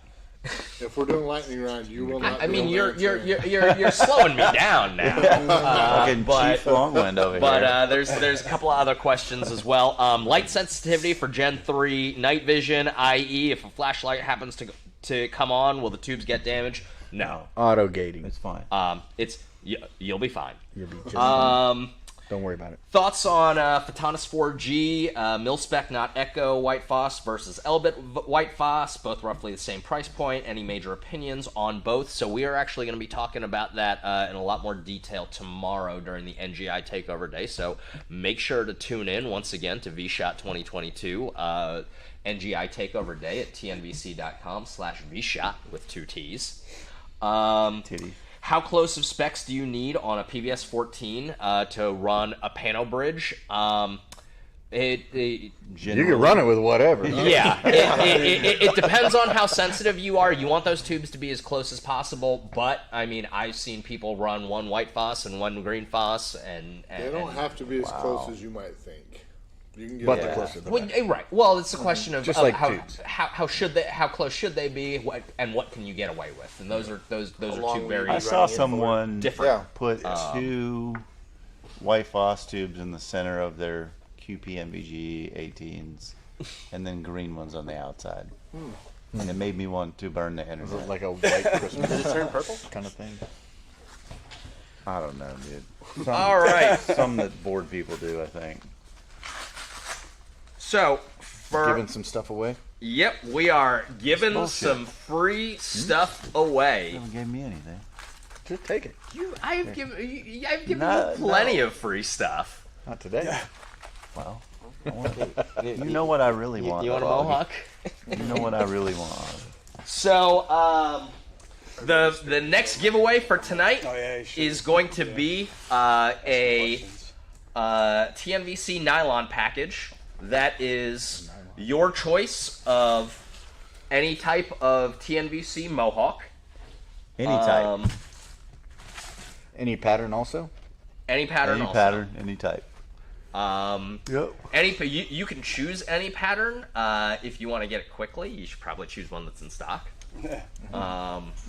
Just a little piece of advice. If you're willing to wait, then you can wait. And then also, same thing goes with the NVG PPE.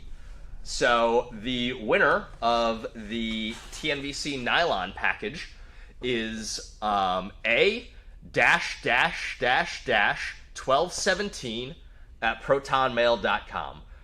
Please put your names in when you register, for the love of God, so that I don't have to sit here trying to count out dashes on a whiteboard, because that's how we're doing this, because we couldn't figure out the little like overlay Also, things. Proton Mail, dead giveaway. They're doing weird stuff on the internet. Weird stuff. Yeah, okay.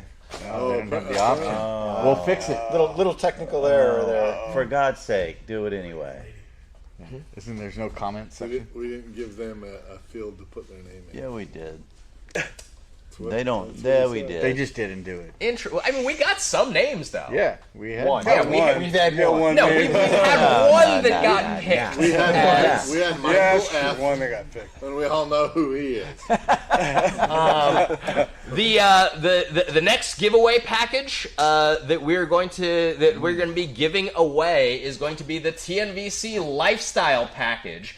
And will model the TNVC lifestyle package. Yes. It includes a TNVC hoodie, a TNVC hat, and the TNVC recoil going hot booty poster. Oh. I still have those. Who is that? Is that James? We had a Decker. I'm sorry, I don't know. Who was that? It's no, Leanna it's a Decker. Yeah, no, but I can't remember. Leanna Decker. Yeah, Leanna Decker. Decker. And the winner of the even know her. TNVC lifestyle package is going to be M KI at yahoo.com. No, it doesn't say .com. It's just at Yahoo. Yahoo. You gotta say it the right way. Yahoo. You bunch of Yahoos. All right. Yahoo.com. This one I'm really pretty upset about, but whatever. So we're Wish I'd register for this next. Whatever. So the final giveaway is going to be the final giveaway for tonight is going to be a TNVC Audi Gear M81 helmet bag. These are going to be delivered. So for the winner of this is going to receive this in Q2. What is Q2? Of 2022. So sometime after March. Late spring, early summer. Yeah.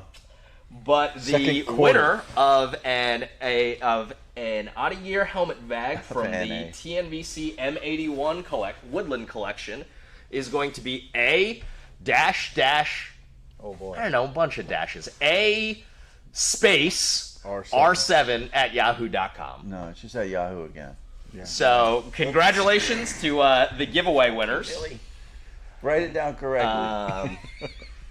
You know he reads directly from the teleprompter. Bullshit. Augie could be president. We've got some more Some last questions. more questions coming in. Yeah. All right. So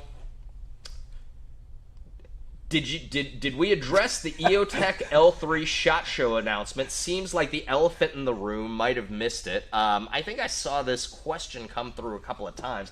I'm not sure how much of an elephant in the room it is, really.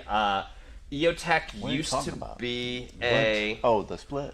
Yeah, so EOTech happened used years to ago. be a old division news. of L3. Happened 4 years ago. Yeah. They... 1983. So EOTech used to be a division of L3. They are not any longer, and that's actually been about 2 years now since the official divestiture occurred. Like about 3. Yeah, it's like 2.5, isn't it, Augie? Well, we heard about it. 2 3/4. We heard about it, but I think it was official about 2 years ago or something like that. So yeah, L3 sold EOTech to a company called American Hollow Optics, and so they are no longer the same company, and EOTech has partnered with Theon out of Greece to become their U.S. distributor for night vision products. So I don't know what elephant in the room anyone is referring to. I mean, it's kind of, businesses, companies merge and divest and pick up new product lines. Yep. So the AAC ring a bell?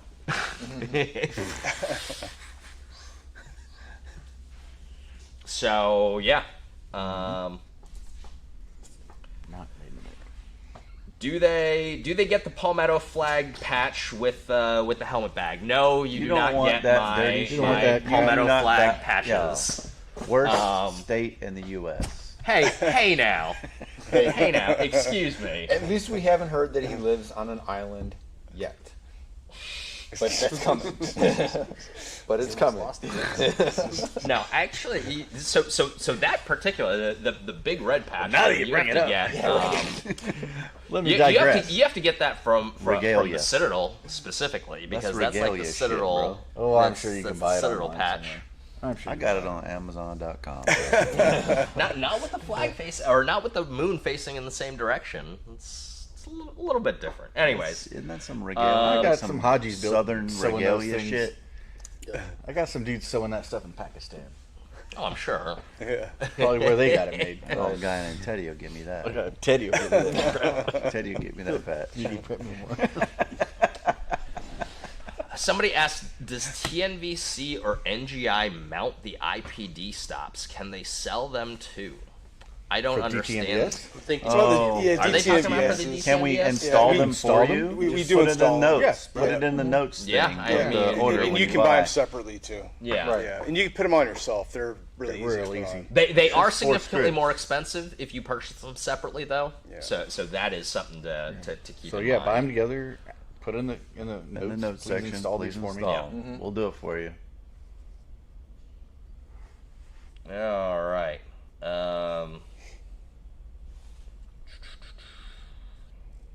Other questions. Somebody asked, there is something in mind about thermal vision. Thermal vision. I don't really. That doesn't sound like a question. No. That's a statement. What questions? This is like Jeopardy. It has to be direct plug in thermal. As a question. I think they are high. It is late. Is there something in mind? Is there? They have thermal in their mind. Or are they referring to EOTech, elephant in the room thermal? No. Is that what they call it? Really... Yeah. I heard rumors at SHOTT about new thermal coming from EOTech, but Coming from Greece? Coming from I Theon, don't know bro. anything about it. I mean, again, Theon is one of those companies. Theon used to live down the street from me. Owes me $7. He did? Yeah. He was one of the Jackson $2. They're not as well known in the U.S., but I mean, they've been in the international market and international community for So a again, long, but it's long not going to time. be American made product. It's not. It's going to be Photonis tubes, right? They're gonna have They'll have some tubes, so though. their lightweight bino is using Photonis 16mm tubes, and we are an EOTech dealer, an EOTech distributor. But their lightweight version is going to have Photonis 16mm 4G Photonis tubes, but they also have Gen 3 units, which is like the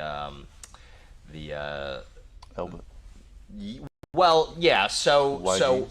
long story short, the Theon Nix goggle, which is comes in a couple of different models. There's both manual gain and automatic brightness control versions, and a bunch of different variants. And where most people would be most familiar with the Nix is the Elbit and used to be Harris F5032, which was then adopted by the Marine Corps as the ANPVS 31 Delta, along with the E-Cody from Optics 1.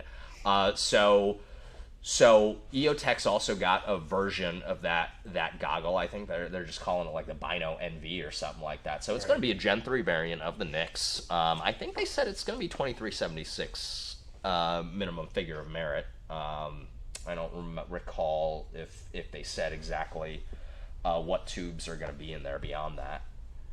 I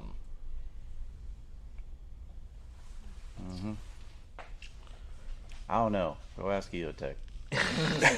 Go to their vSHOTT. Yeah, really. Winners today still eligible for the grand prize. Of course, it's not. What? One entry, one win.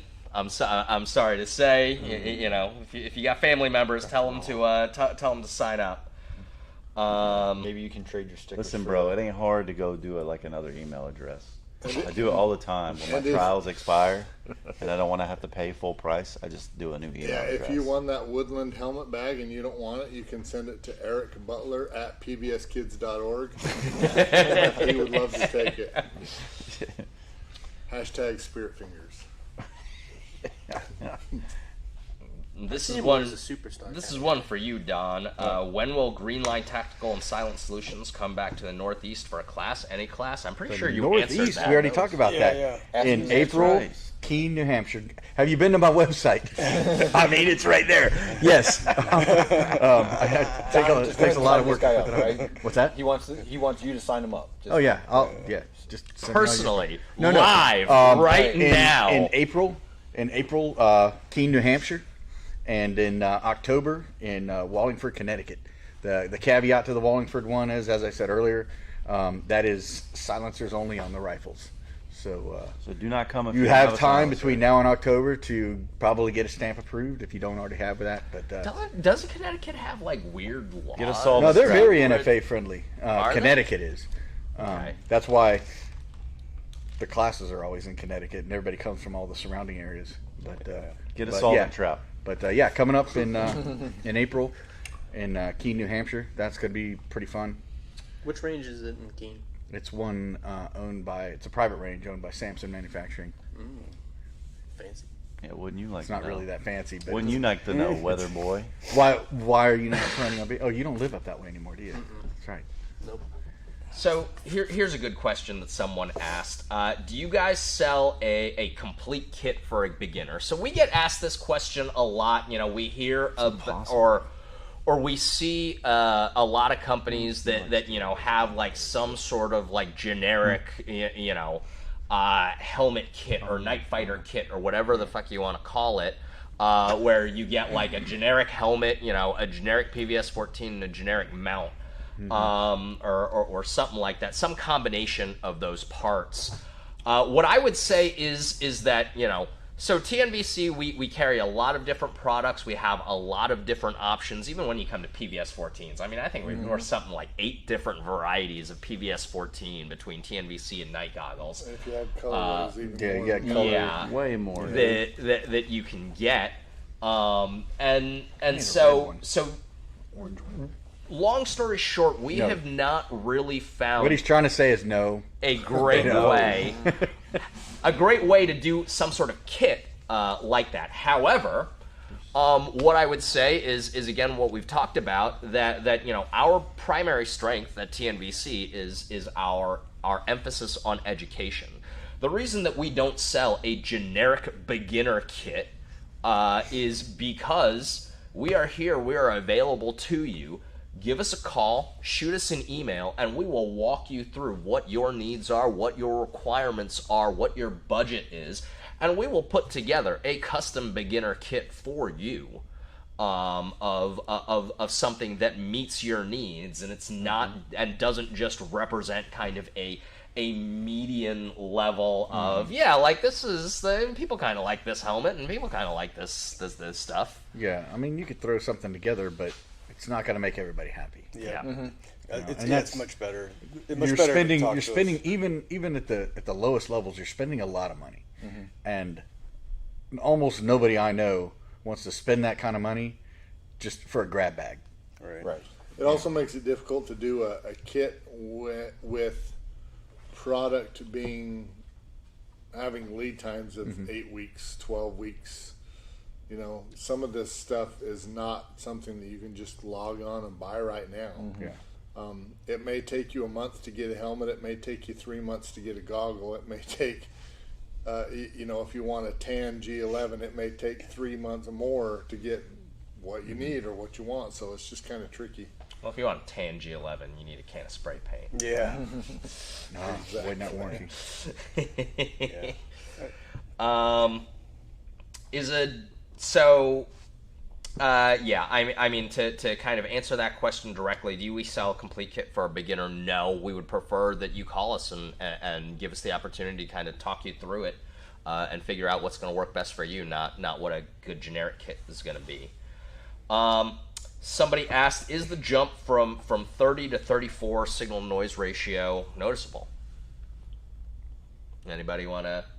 No. With IR light, no. Without IR light, again, yes.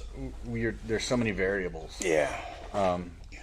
In decent lighting conditions, no, you're not going to tell the difference. As soon as you fire up whatever lasers on the end of your rifle, a lot of the specs on the data sheet go away. They mean nothing because you have plenty of light energy, right? If you're searching for bad guys in caves and basements and stuff like that, yeah, maybe. Stuff like that. The higher spec tubes are going to give you, maybe not in the signal to noise area, but they're going to give you better performance longer into the darkness, right? So, again, it just kind of depends. But if you're in and out of all kinds of different lighting conditions, and you're probably not going to notice the difference at a certain point. So one thing that I'll also tell people is some of that depends on your level of experience. If you have spent a lot of time looking at a lot of different tubes, and I say, an important part of that is that you've looked at a lot of different tubes, because if you spent a lot of time looking at the same set of tubes, it's not really that much. Yeah, then you... It's experience without a lot of perspective.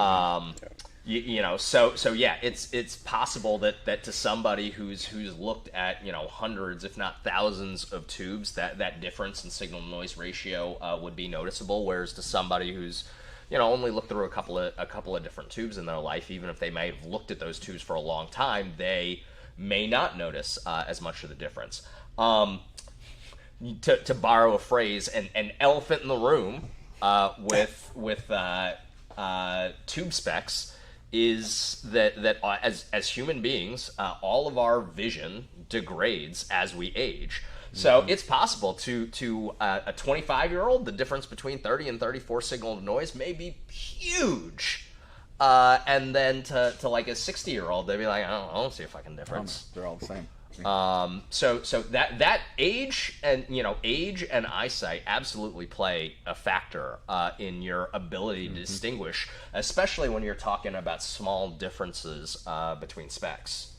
Yeah, I mean, big thing that I see too is it depends on the user. I mean, if you're somebody who's like literally using it for your job or for stuff like that, you're not going to put as much emphasis on the specs and stuff like that.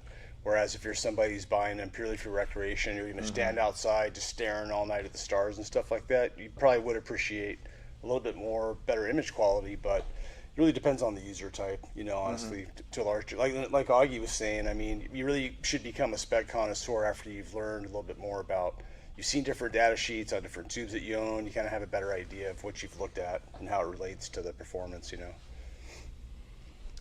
Augie, do you care if I do a quick lightning round on 3 questions? Go for it. Okay, what issues arise from running suppressors with thermal? Are suppressor wraps the best or only recourse? Honestly, I use thermal every week, and I run suppressors on every firearm that I have, and I've never had an issue. The suppressor, doesn't matter how hot it gets, it never ruins the image from the thermal, so it's really not an issue. You're focused at distance with your thermal, and your suppressors, a foot to maybe 18 inches in front of the thermal, you're not going to see it. So don't worry about it. Who should I talk to about specs for a set of DTMVSs in the queue?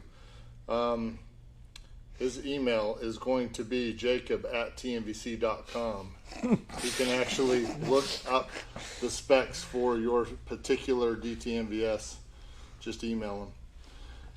Is there an MVG mount that allows you to switch from head-mounted piece to rifle scope mounted piece quickly? I'm assuming you're talking about a PVS-14. No, there's not. The PVS-14 was really never designed to be weapon mounted, even though we sell a weapon mount. You can use it in that way. We've got the TM14. I think we're up to Mark III on the TM14. We've been making minor adjustments and improvements to it since it was first introduced. So, I mean, you can do it. You can put a TM14 on there. It's independent of your dovetail or your other stuff. But I'll add on to what Tom said.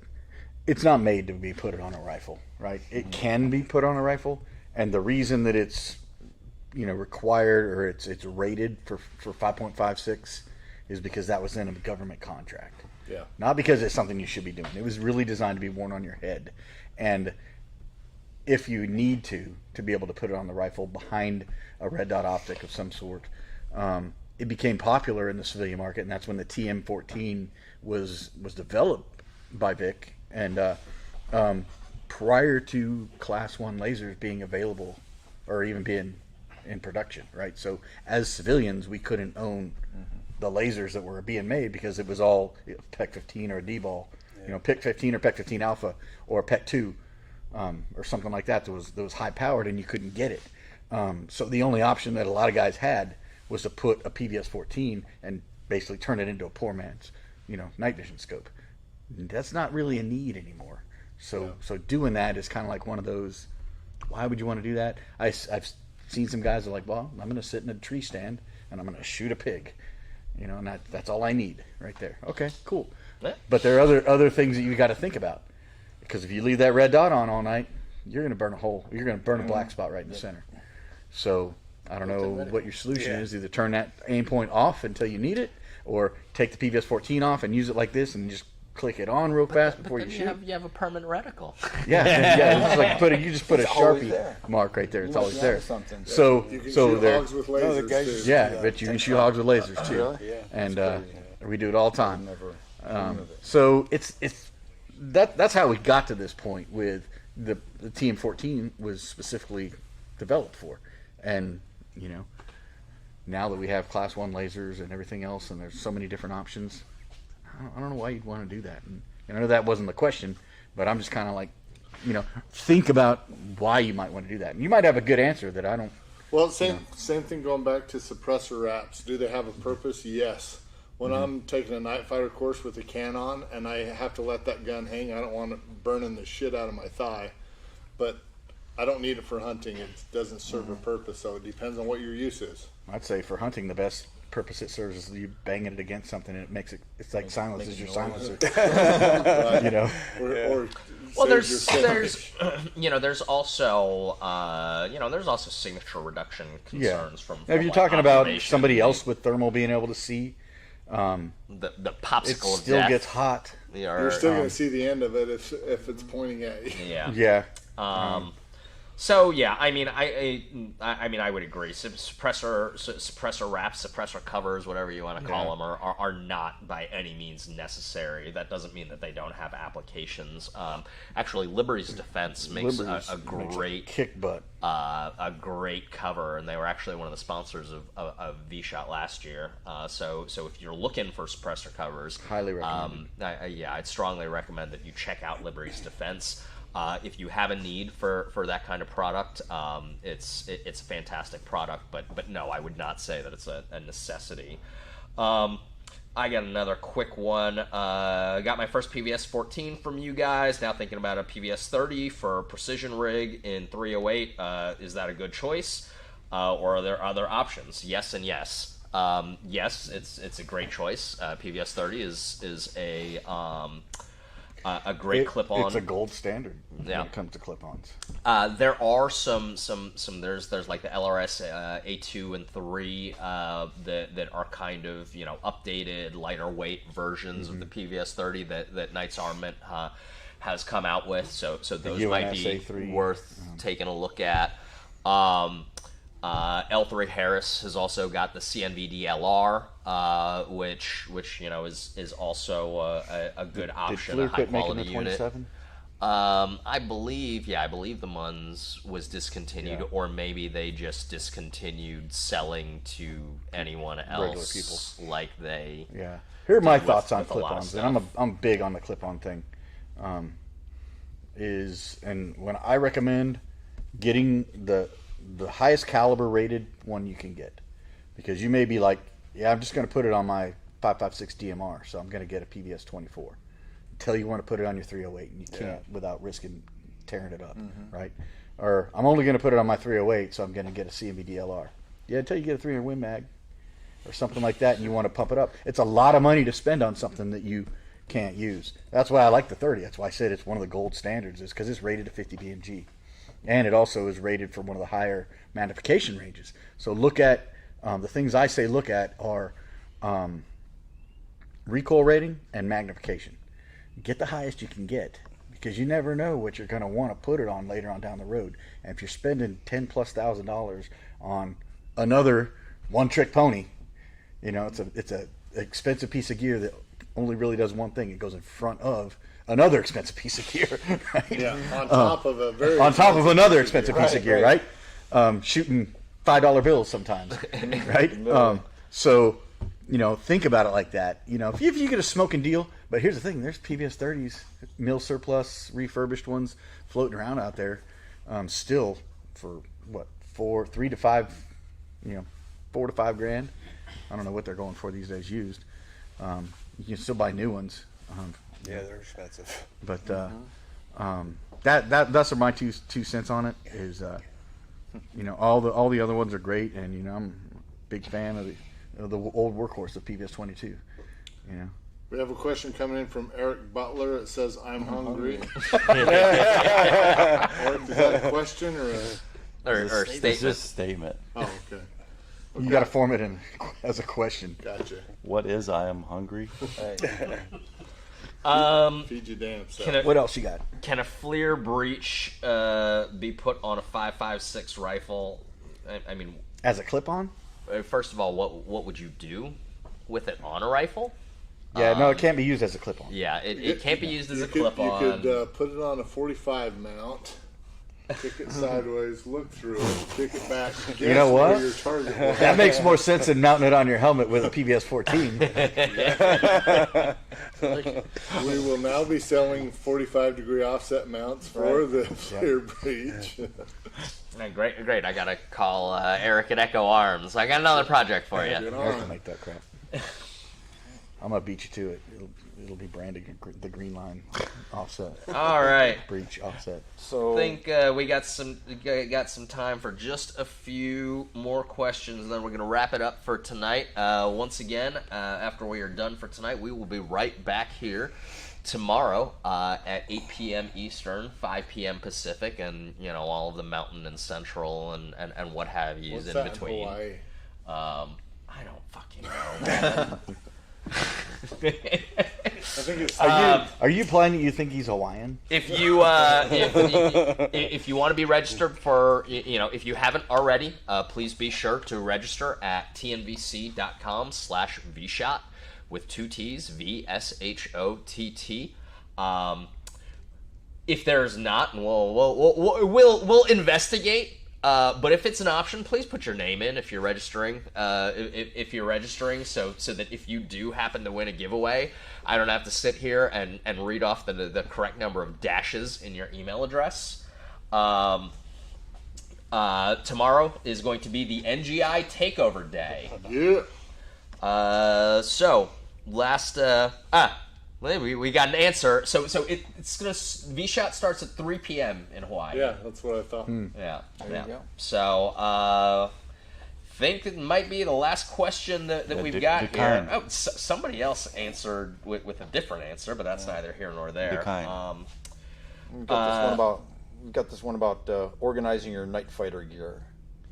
Yeah, just don't be a slob. Just organize. Like, just make sure. Well, I just call it gear. Yeah, I mean, don't be a slob. Yeah. So the serious answer to that is go to the TNVC website, and under the training FAQs, I've already mentioned the 3 things you should consider getting for your gear before you get here, which is the 2-point sling, the high riser mount for your rifle optic, and a red dot for your pistol. Chapstick. That's actually provided, so you're good. Blue Force Gear sends a care package. Mm-hmm. But there is a complete list of gear you should consider bringing to Night Fighter 101. It's not all inclusive. Bring whatever personal gear you want. But the big takeaway is bring the gear that you are used to working with. Okay, time and time again, we see students show up with gear that's brand new. They just put this plate carrier together. They just put this battle belt together. And it hurts them when they get out to the line and start shooting, because it's stuff that they haven't worked with before. So whatever you're going to bring, whatever you use on a daily basis, bring that gear. Whether it's, like I say, a battle belt, plate carrier, even your rifle. We get guys that bring 2 and 3 different rifles. I'm going to shoot this one on night 1, this one on night 2, and it just leads to problems. So in terms of organizing your gear, that's up to you. I mean, most people get by with some sort of big nylon roller, loadout bag or a Pelican case of some sort, but that all depends on how much gear you're bringing to the class. Pretty straightforward. All right. Once again, we will be investigating the name issue, because some of y'all, more of y'all are saying that you couldn't put in your name. So we will investigate that. My apologies if it's a technical error on our end. However, it's not a big deal, because we're going to send you the email letting you know. You'll get an email. Yeah. If you won, you'll get an email letting you know you win. I think for our last question, we have been asked what beer we're all drinking. Modelo. Yeah, Modelo. Tom's got some A&W over there. The king of beers. Good vintage. A&W root beer since 1919. Drink Modelo, fool. I started with a Peeber. I'm got a Yingling now. Yeah. I say America's beer. Yeah. I think it's fairly straightforward here. Mike's drinking vodka. Yeah. Straight vodka. Diet Coke.